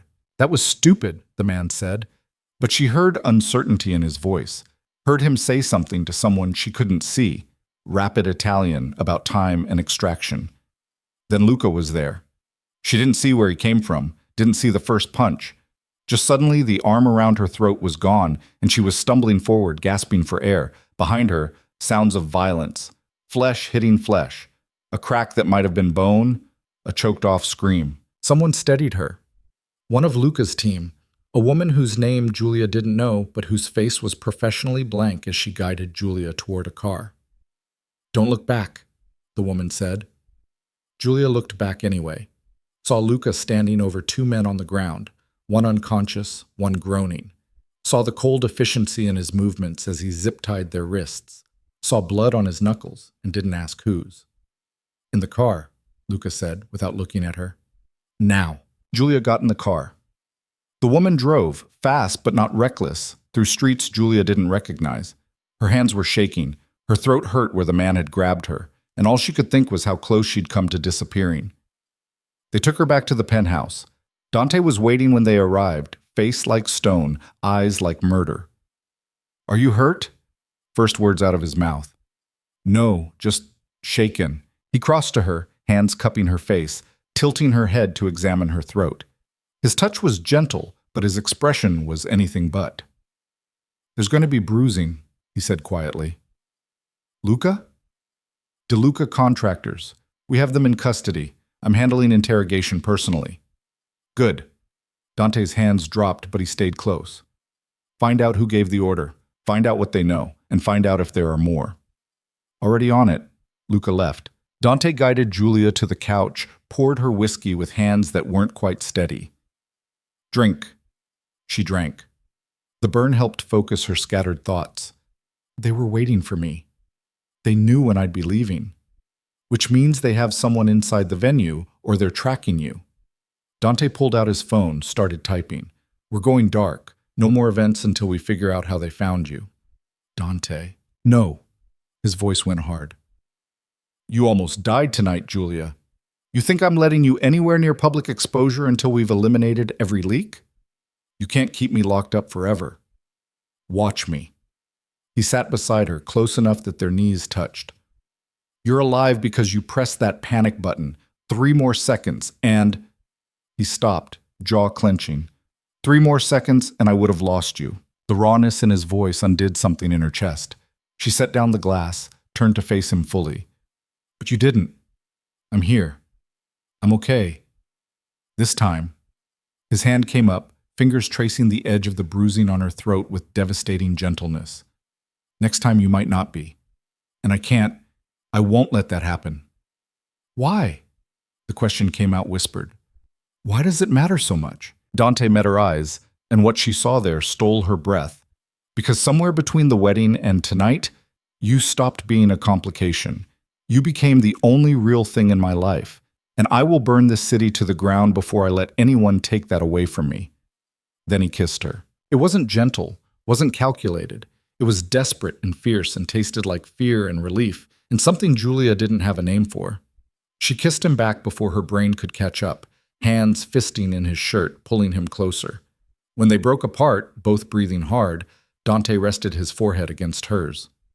That was a mistake, he said. Probably. We shouldn't, I know.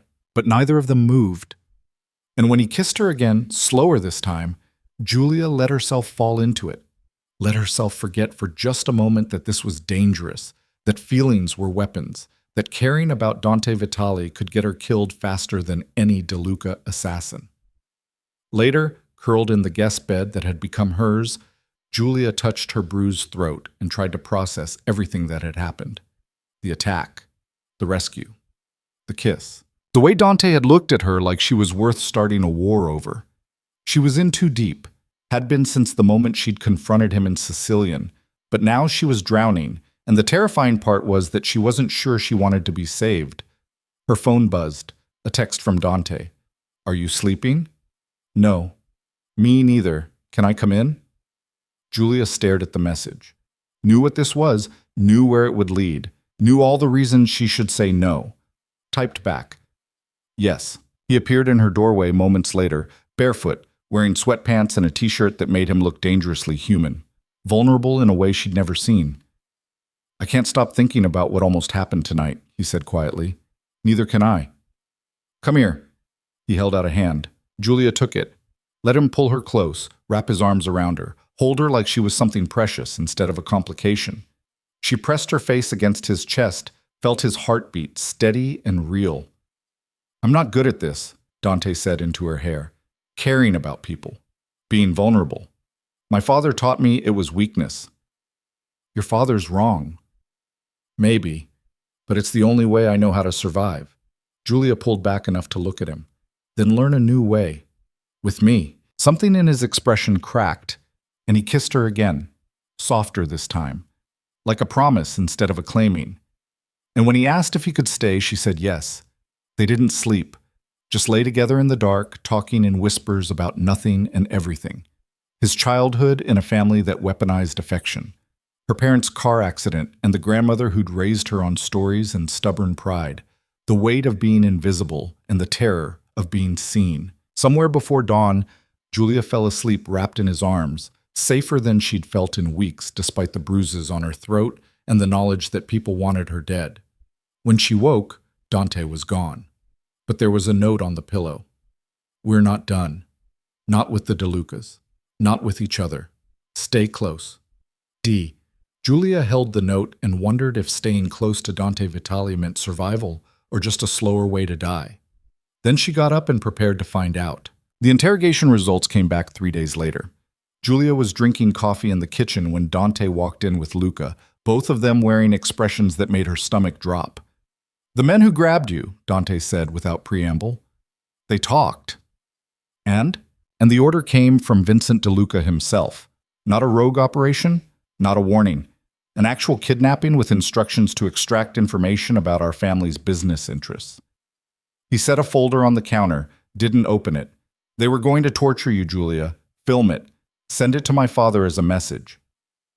Julia's coffee went cold in her hands. What kind of message? That the Vitalis are weak, that we can't protect our own, that my decision to shelter you was the opening they needed. Dante's voice stayed level, but she heard the rage underneath. They wanted to make an example of you to get to me. So what happens now? Luca and Dante exchanged a look. Then Luca spoke. Dante's asked for a sit-down with the DeLucas. Neutral ground. Family heads only. That's insane, Julia said. They tried to kill me. Why would you? Because this ends one of two ways, Dante interrupted. Either we negotiate a truce that keeps you safe, or we go to war and a lot of people die. I'm trying to avoid the second option. By walking into a room with people who want you dead? They don't want me dead. They want me compromised. There's a difference. He moved closer, hands bracing on the counter on either side of her. But I need you to understand something. If this negotiation fails, if the DeLucas won't agree to leave you alone, then I'm going to do what I should have done the night they came for you. Which is? Eliminate the threat, permanently. Julia stared at him. You're talking about killing Vincent DeLuca. I'm talking about protecting what's mine. His eyes were dark, certain. You think I'm going to let them keep coming for you? Keep putting you in danger? No. Either they agree to peace or I remove them from the equation. That's murder, Dante. That's survival. He straightened. Welcome to my world, Julia, where sometimes the only way to protect the people you care about is to destroy the people trying to hurt them. And you're okay with that? With becoming a killer? Something shifted in his expression. Pain, maybe, or resignation. I already am one. Have been since I was 23, and my father decided it was time for me to prove I could do what needed to be done. He turned away. The sit-down is tomorrow night. You'll stay here with security. If something goes wrong, if I don't come back, Luca has instructions to get you out of the city. New identity, new life. The deal we should have made from the beginning. No. Julia set down her coffee, voice shaking. You don't get to make those decisions for me. I just did. Dante, this isn't negotiable, Julia. You want to be part of my world? Fine, but that means accepting that sometimes I have to walk into dangerous situations to keep you safe, and it means trusting that I know what I'm doing. Do you? He looked at her for a long moment. I know that I'm not losing you. Everything else is just details. After he left, Julia stood in the kitchen feeling like the floor had dropped out from under her. She'd known this was coming. Known that eventually the fragile peace would shatter and Dante would have to make impossible choices. But knowing it intellectually and facing it in reality were different things. Luca found her an hour later staring out the window at the city below. He's trying to protect you, Luca said quietly. By getting himself killed? By ending this before it escalates into a full war. He came to stand beside her. You need to understand something about Dante. He spent his entire life being told that caring about people is weakness, that emotions are liabilities, that the only thing that matters is power and survival. And then you showed up and reminded him that there are things worth protecting even if it costs everything.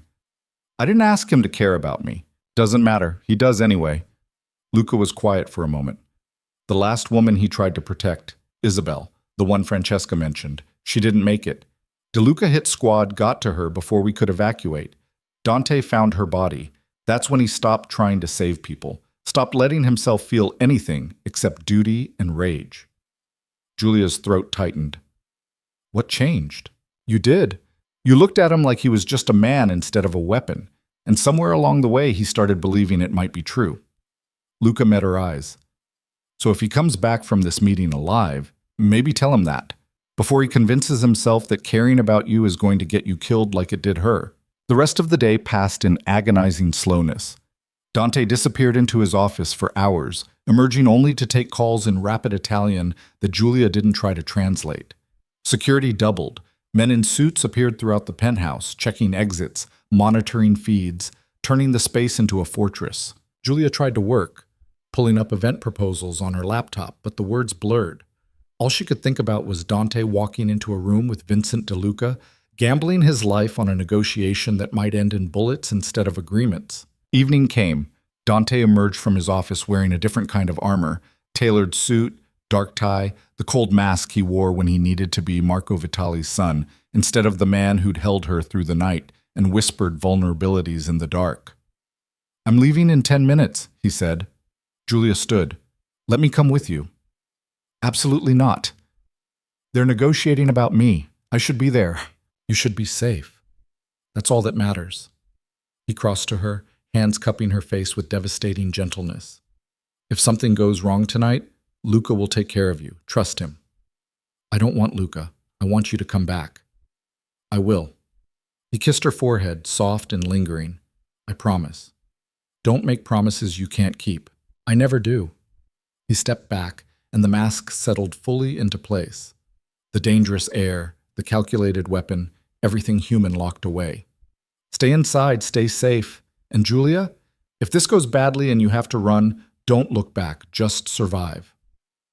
Then he was gone, Luca following, leaving Julia alone with security who wouldn't meet her eyes and a silence that felt like a countdown to something terrible. She lasted an hour before the waiting became unbearable. Tried to read, couldn't focus. Tried to sleep, couldn't stop imagining worst-case scenarios. Finally gave up and sat in the living room, staring at her phone, willing it to ring. It did, 2 hours later. Luca's number. Julia answered before the first ring finished. Is he? He's alive, but there's a problem. Her blood went cold. What kind of problem? The DeLucas agreed to a truce, but they want collateral. Collateral? You. They want to meet you. Verify you're not working with law enforcement, not recording conversations, not a threat to their operations. If you pass their test, they'll agree to leave you alone. And if I don't pass? Luca was silent for a beat too long. Then the truce fails and we go to war. When? Tomorrow. 1 hour. Neutral location. You, Dante, Vincent DeLuca, and his daughter Sofia. No weapons. No security inside the room. Julia's hands shook. His daughter. She runs their legitimate businesses, acts as ambassador when they need someone who doesn't look like a killer. Luca's voice softened slightly. I know this is asking a lot, but it's the only way to end this without bloodshed. Put Dante on. A pause. Then Dante's voice, rough with exhaustion. Julia, you promised you'd come back. You didn't promise I'd have to walk into a room with the people who tried to kidnap me. I know, and if there was any other way, is there? Silence. No, Dante said finally. This is it. Either you meet with them and convince Vincent you're not a threat, or we fight. And if we fight, people die. Probably including me. That's not fair. None of this is fair, but it's real. He exhaled shakily. I won't force you. If you say no, we'll find another way. But Julia, this is the cleanest exit we're going to get. Julia closed her eyes, thought about everything that had led to this moment. The wedding, the confrontation, the roses and the kidnapping, and the slow realization that she'd stopped being afraid of Dante's world and started being afraid of losing him. 1 hour, she said. No weapons, no security. What's to stop them from just killing us both? My father. If Dante and I don't walk out of that meeting, Marco will declare war on the DeLucas. Vincent knows that. He's brutal, but he's not suicidal. Okay. The word came out steadier than she felt. Okay, I'll do it. Julia, just come home safe. Both of you. The meeting location was a restaurant in Little Italy, closed for a private event that didn't exist. Julia arrived with Dante and Luca, the drive silent, intense. She wore the green dress from the family dinner, armor that had worked once, might work again. Dante sat beside her, hand wrapped around hers, grip just shy of painful. Remember, he said as they pulled up. Answer their questions honestly but briefly. Don't volunteer information, and don't apologize for defending yourself. Vincent respects strength, not weakness. What if he asks about what I heard at the wedding? Tell him the truth. You overheard business talk you didn't understand. That's it. Luca parked, came around to open Julia's door. I'll be right outside. Anything feels wrong, you walk out. I don't care if it torpedoes the truce. The restaurant was elegant, old world, the kind of place that had probably seen a dozen mob meetings over the years.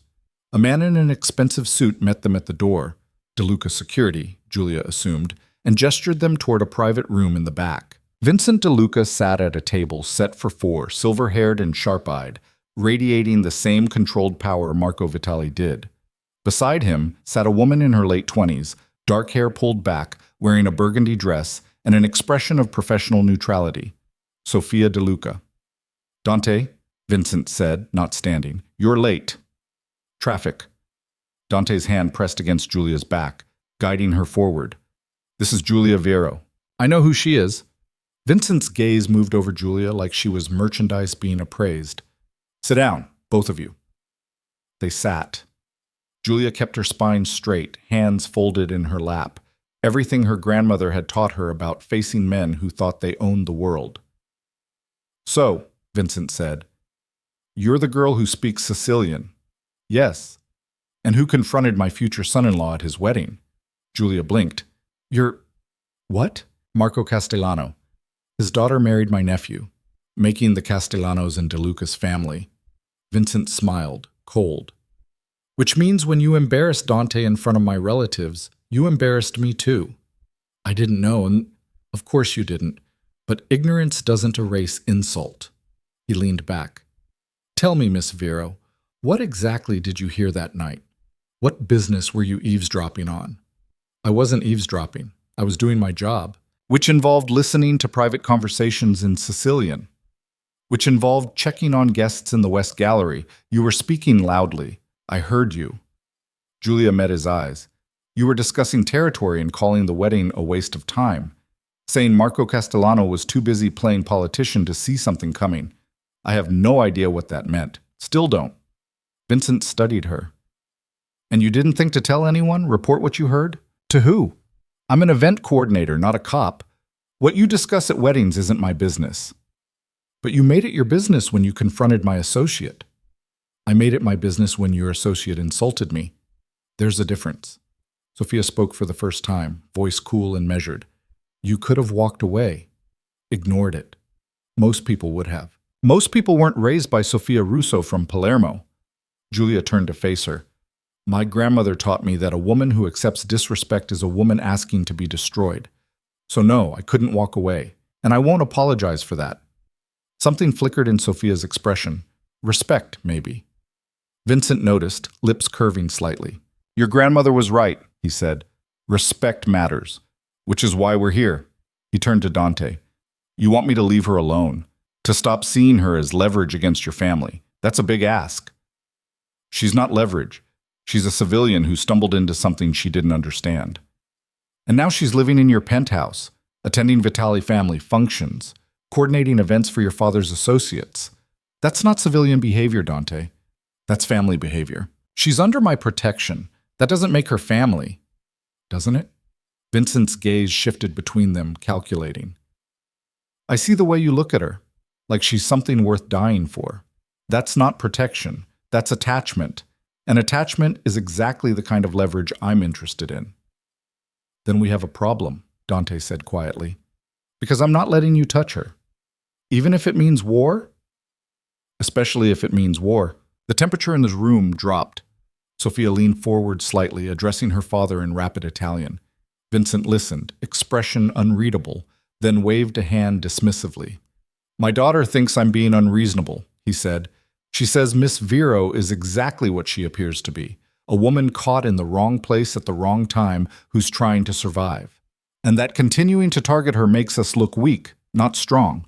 Your daughter's smart, Julia said before she could stop herself. Sophia's lips twitched.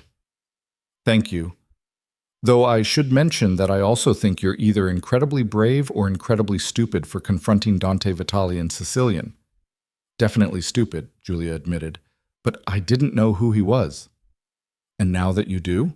Now I know he's a man who keeps his promises, who protects people even when it costs him everything, and who's trying very hard to negotiate a peace that keeps anyone else from getting hurt.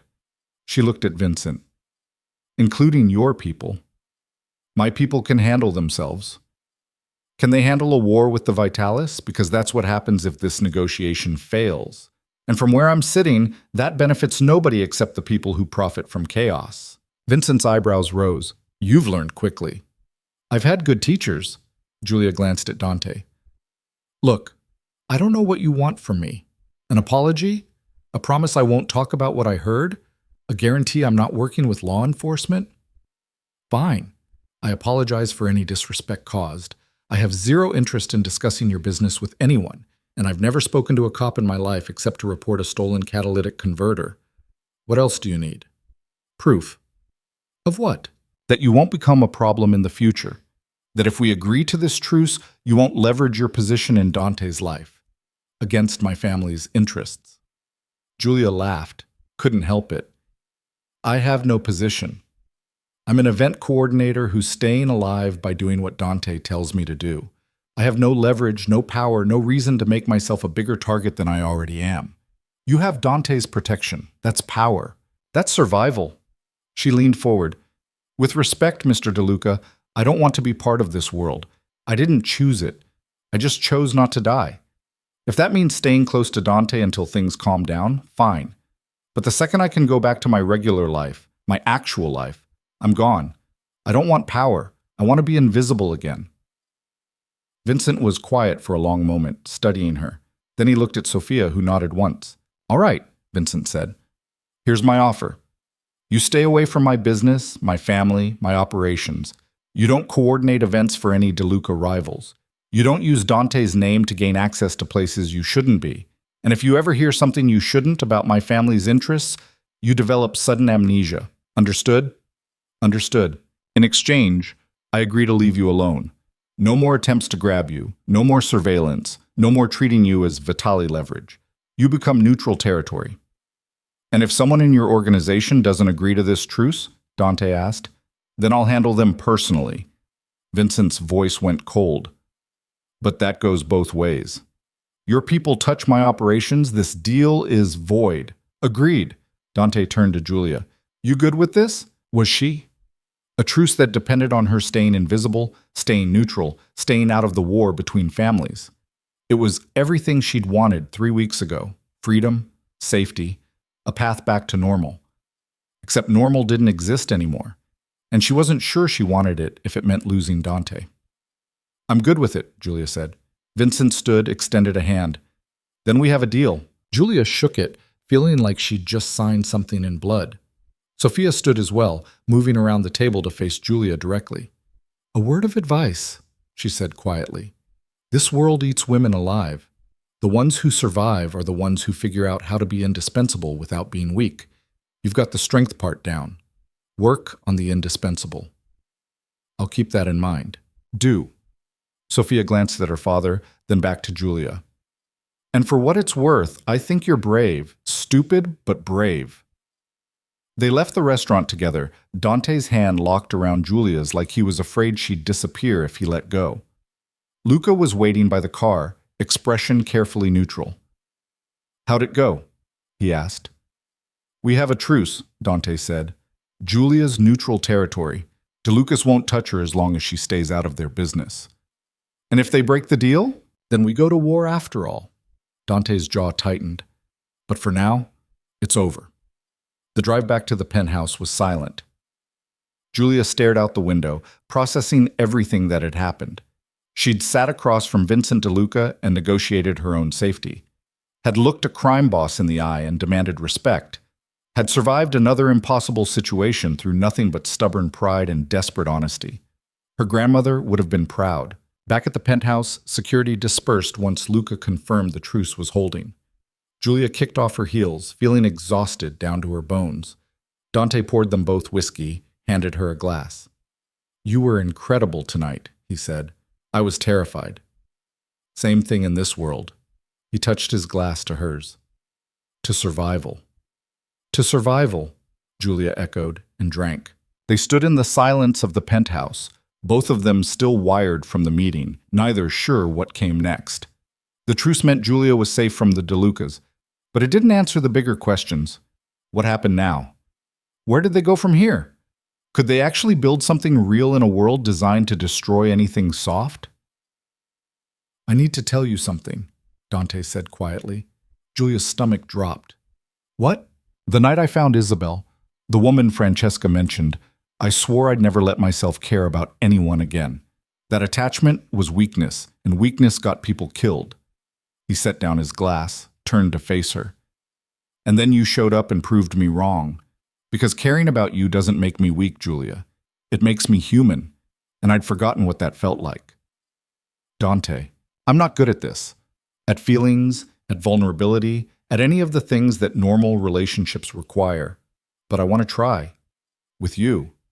If you'll let me. Julia's throat tightened. You know this is insane, right? We barely know each other. Everything between us has been crisis and survival, and I know. He stepped closer. But somewhere in all that chaos, I fell for you. For your courage and your pride. And the way you refuse to back down even when you should.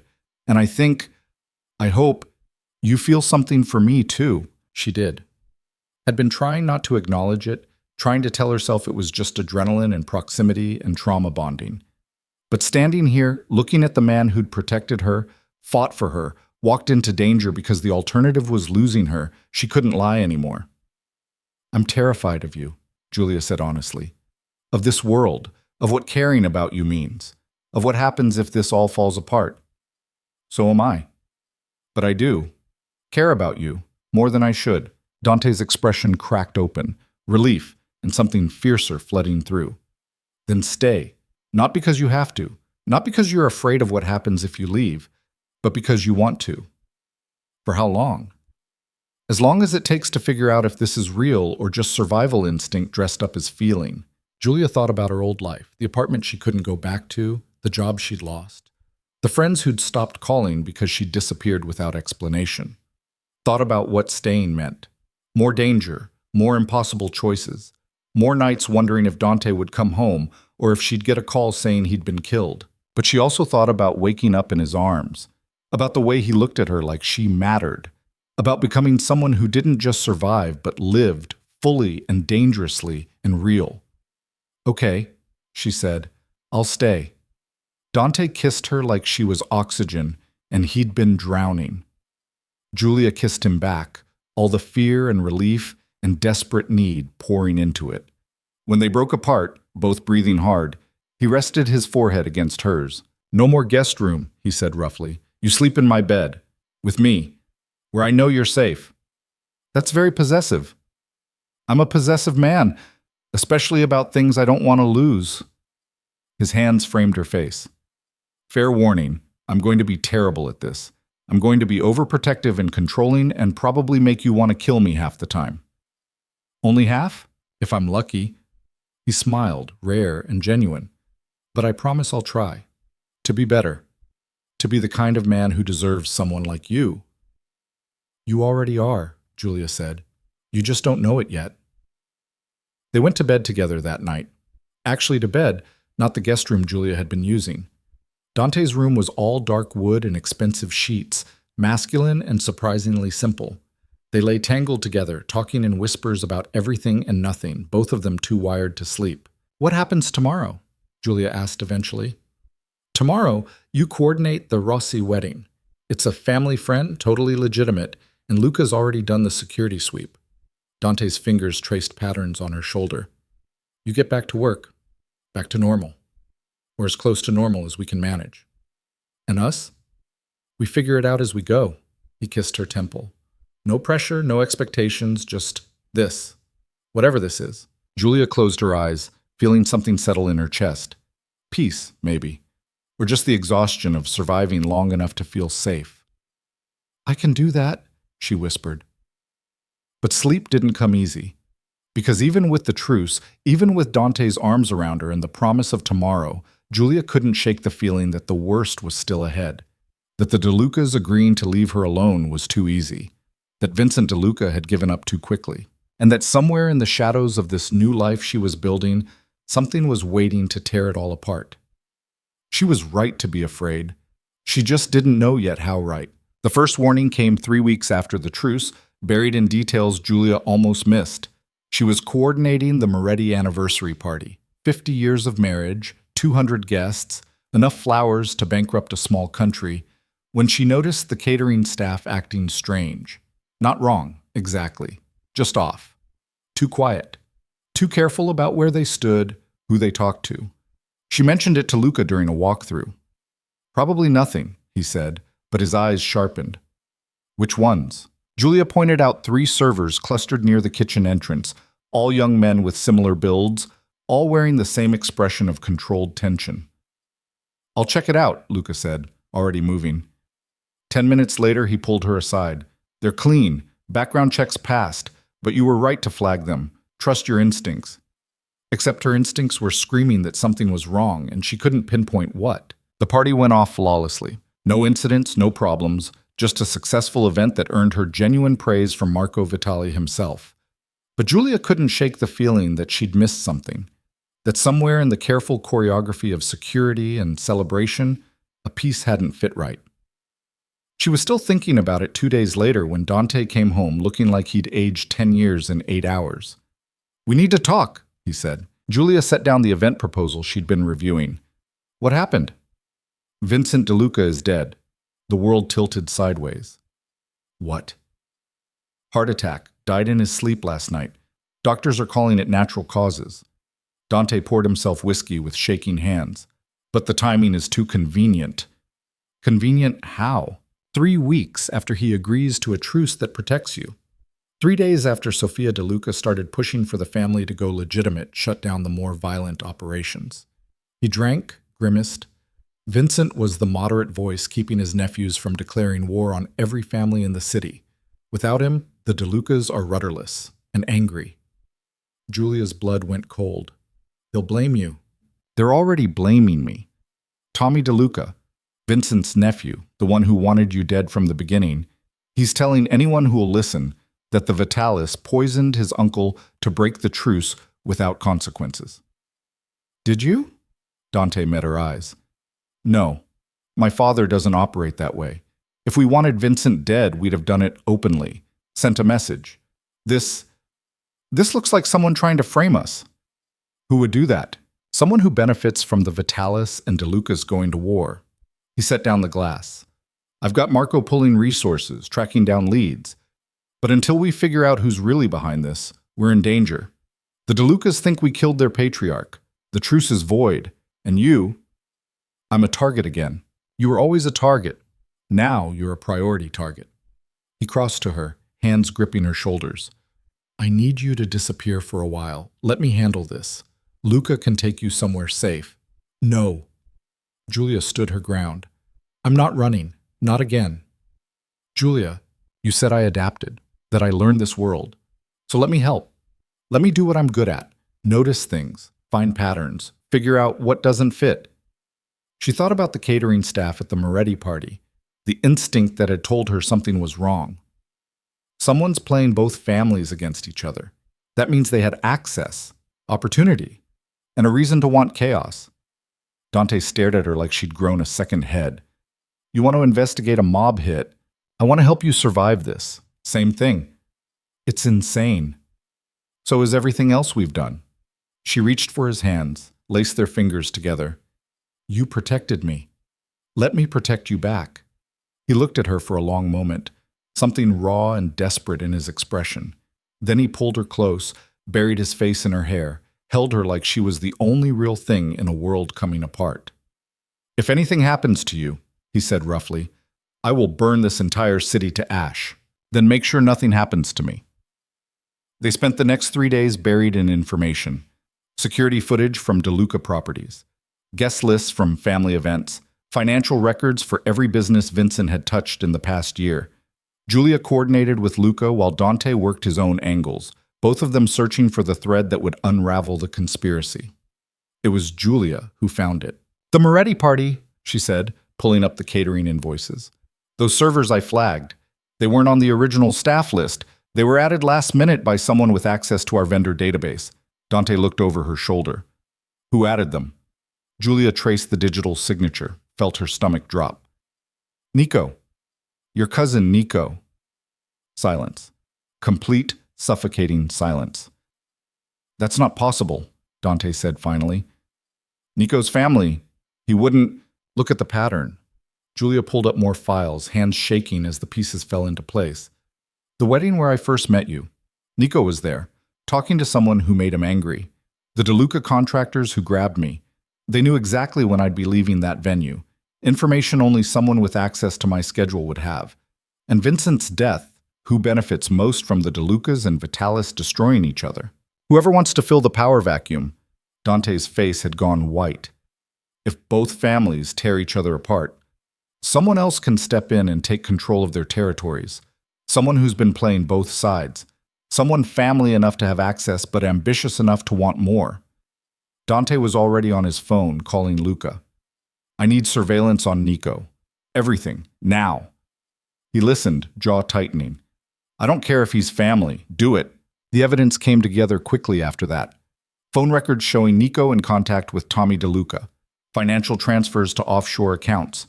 Security footage from the night Vincent died showing Nico's car near the DeLuca estate. And the smoking gun. A recording from one of the servers Julia had flagged, wearing a wire at Nico's instruction, capturing conversations about Vitali business operations. He was building a case, Luca said, playing back the audio. Evidence he could take to the feds or sell to rivals. Enough to destroy both families and position himself as the one who brings order to the chaos. He tried to kill Julia, Dante said, voice like broken glass. Put out the hit on Vincent, framed us for it. Also, he could start a war and profit from the aftermath. What do we do? Julia asked. Marco Vitali answered that question. He appeared at the penthouse that evening with Sal and Francesca, all of them wearing expressions that made Julia want to run. Is it true? Marco asked Dante. Nico's behind this? Yes. Dante handed over the evidence, files, recordings, financial records. He's been planning this for months, maybe longer. Marco read through everything with the focused intensity of a man who'd survived decades in a world where betrayal was currency. Then he looked up, eyes cold as winter. Family or not, this ends tonight. Where is he? Safe house in Queens. He doesn't know we're on to him yet. Good. Marco stood. Dante, you're with me. Sal, Luca, bring security. Francesca, take Julia somewhere secure. No, Julia said before she could stop herself. Everyone turned to stare at her. She felt Dante's warning glance but pressed on anyway. You're going to kill him, your nephew, your family. And you should, he deserves it. But before you do, I need to know something. She looked at Marco. Did you know? About Isabel? About what happened to her? Marco's expression didn't change. What does that have to do with anything? Nico mentioned her at the family dinner, said Dante's last protection case didn't end well. I need to know if that was him too. If he killed her to prove Dante couldn't save people he cared about. Dante had gone very still beside her. Marco studied Julia for a long moment, then nodded slowly. I had suspicions, never proof. Isabel's death was ruled a DeLuca hit, but the timing was convenient for Nico, made Dante retreat, stop caring about anyone, become the weapon we needed instead of the man he wanted to be. Marco's voice was flat. If you're asking whether I'll make it quick for him, the answer is no. Family or not, he killed an innocent woman and tried to start a war. He dies slow. Julia felt sick, felt the weight of what she'd just confirmed, that Nico had murdered someone to break Dante, had been willing to murder Julia too if it served his ambition, that the world she'd entered was one where family could be your greatest threat. Take her to the estate, Dante said to Francesca. Keep her there until this is over. I want to go with you. Absolutely not. Dante, no. He cupped her face, desperation bleeding through the control. I can't walk into this knowing you're in danger. I can't focus if I'm worried about you getting caught in the crossfire. Please, Julia, go with Francesca. Let me handle this. She wanted to argue, wanted to demand she be there, see this through to the end. But looking at his face, at the fear and fury and determination, she understood. This wasn't about protecting her from violence. It was about protecting himself from losing her. Okay, she said quietly, but you come back to me, whatever it takes. I will, I promise. He kissed her hard and desperate, then let Francesca guide her away. Julia looked back once, saw Dante standing with his father and uncle, all of them preparing for war against their own blood, and she prayed it wouldn't destroy him. The estate felt like a mausoleum. Carlotta was waiting when they arrived, her face drawn with the kind of exhaustion that came from surviving too many family betrayals. I always knew Nico was ambitious, she said, pouring tea with shaking hands, but I never thought family is supposed to mean something. In this world, Francesca said bitterly, family means opportunity. Everyone's a potential asset or threat. Not everyone, Julia said. Both women looked at her. Dante chose to protect me even when it cost him. Your husband negotiated peace instead of going to war. Family can mean something if you decide it does. Pretty words, Francesca said, but they don't change reality. No, but they change how you face it. Julia thought about her grandmother, about the woman who'd raised her on stories and stubborn pride. My grandmother used to say that the world breaks everyone eventually, but some people refuse to let it break what matters. Love, loyalty, the choice to be better than the worst thing you've ever done. That's what separates us from people like Nico. Carlotta's expression softened. Your grandmother sounds like she was wise. She was, and she would have liked Dante. Julia wrapped her hands around the teacup. She would have said he's a good man in a bad world trying to figure out how to stay good. That's worth protecting. The call came 2 hours later, Luca's voice carefully neutral. It's done. Nico's dead. Dante's on his way to you. Julia's knees buckled. Carlotta steadied her, guided her to a chair. How? Julia managed. Quickly, Marco made it quick. Luca paused. Nico confessed everything before he died. Isabel, the hit on you, framing us for Vincent's death. He thought he could negotiate, make deals. He was wrong. And the DeLucas? Sofia DeLuca has the evidence. She's taking it to Tommy, proving the Vitalis didn't kill her father. The truce holds, maybe even strengthens. We'll see. After Luca hung up, Julia sat in the silence of Marco Vitali's estate and tried to process what had happened. Nico was dead, killed by his own family for betrayal. And somewhere across the city, Dante was dealing with the aftermath of executing his cousin. He arrived an hour later, hollow-eyed and bloodstained, looking like a man who'd walked through hell and barely made it back. Julia went to him without hesitation, wrapping her arms around him despite the blood, despite everything. He held her like she was the only thing keeping him standing. Is it over? She whispered. Yes. His voice was wrecked. Nico's dead. Sofia confirmed her father died naturally, cancer he'd been hiding from everyone. Nico just used the timing to frame us. Tommy's calling off his vendetta. It's over. I'm sorry. Don't be. He tried to kill you. Tried to destroy everything. He made his choices. Dante pulled back enough to look at her. I keep thinking about what you said, about family meaning something, and I killed mine tonight. What does that make me? It makes you someone who protects what matters, even when it costs everything. Julia touched his face, gentle over the bruising she'd just now noticed. Your cousin chose ambition over loyalty. You chose to stop him before more people died. That's not the same as being him. Feels the same. It's not. She pulled him toward the stairs. Come on. You need to clean up. Rest. Let yourself be human for 5 minutes. They spent the night at the estate, Dante sleeping fitfully while Julia held him through nightmares she didn't ask about. Marco found them in the morning, both of them exhausted and haunted. The DeLucas want to meet, he said. All of us, including Julia. Sofia's insisting on it. Why? Julia asked. Because you're the one who figured out what Nico was doing, and because she wants to make sure this truce actually holds. Marco studied them both. Can you do it? One more meeting? Julia looked at Dante. He looked back at her, silently asking the question. Yes, she said. We can do it. The meeting happened at the same restaurant as before, but the atmosphere was different. Grief hung heavy, Vincent's absence a wound nobody wanted to acknowledge. Sofia DeLuca sat where her father had, wearing black and an expression that suggested she'd aged a decade in 3 weeks. Miss Vero, she said when Julia and Dante entered, thank you for coming. I'm sorry about your father. So am I. But that's not why we're here, Sofia gestured to the chairs. Sit, please. They sat. Marco and Tommy DeLuca flanked Sofia, both men looking like they'd rather be anywhere else. Nico Vitali almost started a war between our families, Sofia said, without preamble. He killed my father's reputation by making it look like murder when it was just life, cancer, the same thing that's killing half our generation. Her voice cracked slightly. And he tried to kill you, Miss Vero, to hurt Dante and destabilize the Vitalis. For that, I'm sorry. You didn't pull the trigger, Julia said.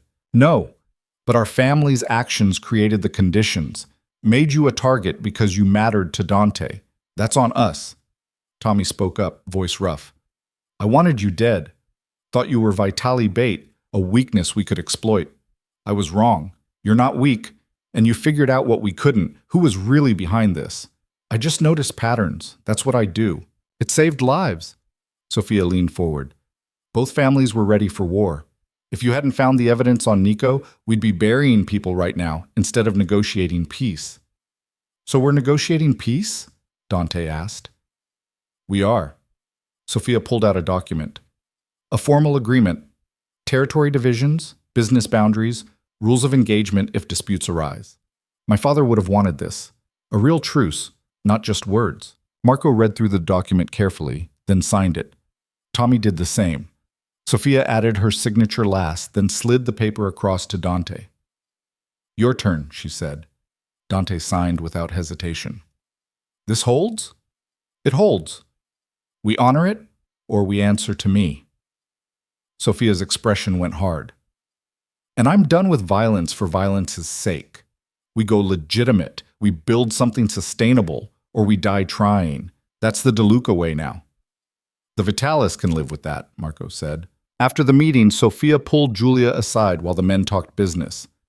I meant what I said before, Sophia said quietly. This world eats women alive, but you survived. That's rare. I had help. We all do. The trick is knowing when to accept it and when to stand alone. Sophia handed her a business card. My personal number. If you ever need anything, protection, advice, a job that doesn't involve dodging assassins, call me. Women like us need to stick together. Julia took the card, felt something like hope. Thank you. Don't thank me yet. You're still dating a Vitali. That's a lifetime of complicated. Sophia's lips twitched. But if anyone can handle it, it's someone stubborn enough to confront Dante and Sicilian. The drive back to this penthouse was quiet. Julia watched the city pass by, thinking about everything that had happened. 6 weeks ago, she'd been an invisible event coordinator trying to prove herself. Now she was negotiating truces with crime families and sleeping in the bed of a man who'd kill to keep her safe. She should be terrified, should be running as fast and far as possible. But all she felt was tired relief and the beginnings of something that looked like peace. What are you thinking? Dante asked. That I never wanted this life, this world, any of it. She looked at him. But I don't regret it, because it gave me you. Dante's hand found hers squeezed. I don't deserve you. Probably not, but you're stuck with me anyway. Is that a threat or a promise? Both. He laughed, actually laughed, the sound rusty but real. I love you, Julia Vero. The words hit her like lightning. She stared at him, heart hammering. What? I love you. I'm terrible at it. I'll probably mess it up constantly. But it's true. I love you. Julia felt tears prick her eyes. That's the most unromantic declaration I've ever heard. I'm aware, but it's honest. He pulled over, turned to face her fully. I know this is fast. I know we've been through trauma and chaos, and nothing about this has been normal. But I don't care. You're the first real thing I've had in my life in years, and I love you for that, for everything. I love you too, Julia said, voice breaking. You're violent and possessive, and you make terrible decisions, but you're also brave and protective, and you tried to give me an out when you could have just kept me. So yeah, I love you.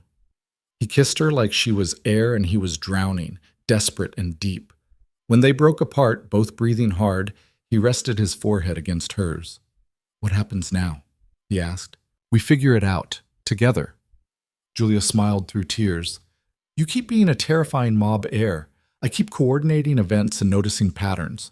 We both try not to get killed. Standard relationship stuff. Nothing about us is standard. Thank God for that. They went home. Because the penthouse was home now, Julia realized. Not a prison, not a fortress, just the place where she felt safe. The weeks that followed brought changes nobody expected. The Vitali DeLuca truce held, then strengthened as Sophia and Marco discovered they could actually work together when they weren't trying to kill each other. Julia went back to coordinating events, but now she worked for both families, a neutral party trusted by both sides. Margot called once, offering her job back. Julia declined. I'm working freelance now, she said. High-profile clients, interesting projects. I'm good. High-profile meaning mob families? Meaning people who pay well and appreciate competence. Same difference. She visited her grandmother's grave 6 months after the truce, bringing roses and stories about a life Sophia Russo never could have imagined for her granddaughter. I know you'd hate this, Julia said to the headstone. The danger, the violence, all of it. But you'd like him, Nonna. Dante. He's stubborn like you, protective like you, and he speaks Sicilian so you could have insulted him properly.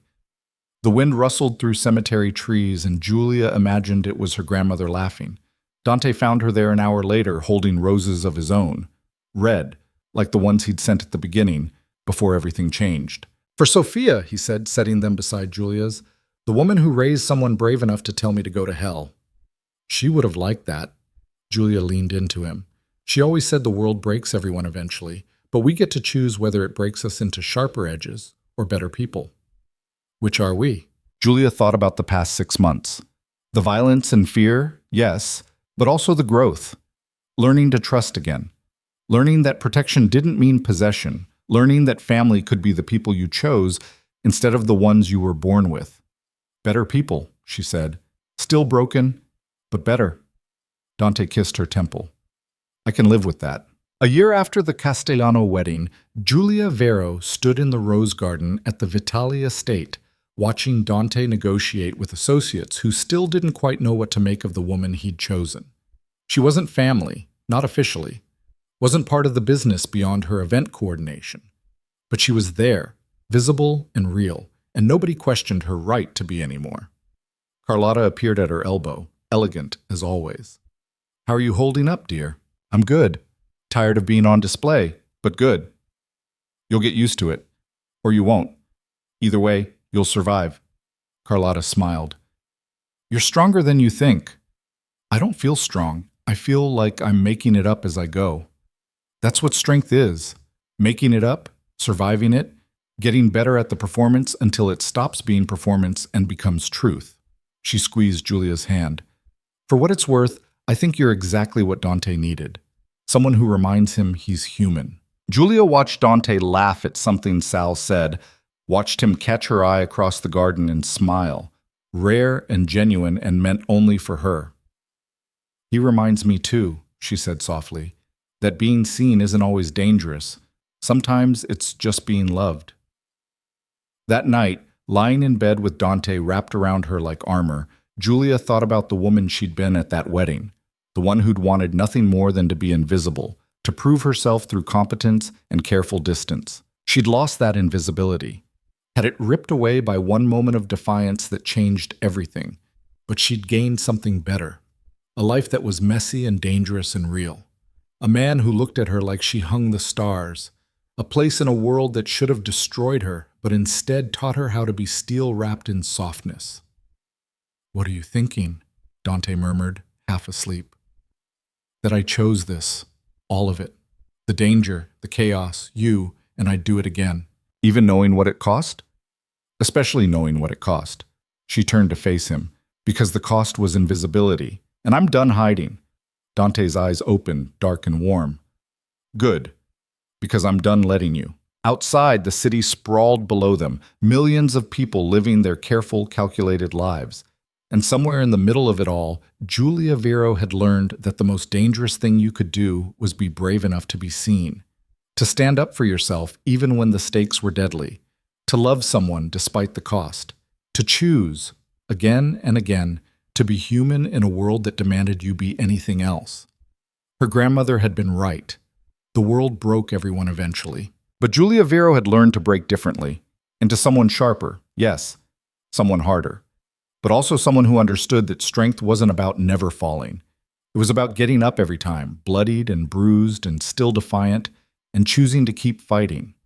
For love, for truth, for the stubborn, reckless belief that principles mattered even when survival said they shouldn't. She'd started this journey as a woman trying to be invisible. She ended it as someone who'd learned the power of being seen. And in Dante Vitali's arms, in the rose-scented darkness of a penthouse that had become home, Giulia finally understood what her grandmother had been trying to teach her all along. Respect was worth the risk. Love was worth the danger. And sometimes the cost of being yourself, fully, dangerously, unapologetically yourself, was the only price worth paying. Everything else was just surviving. This was living.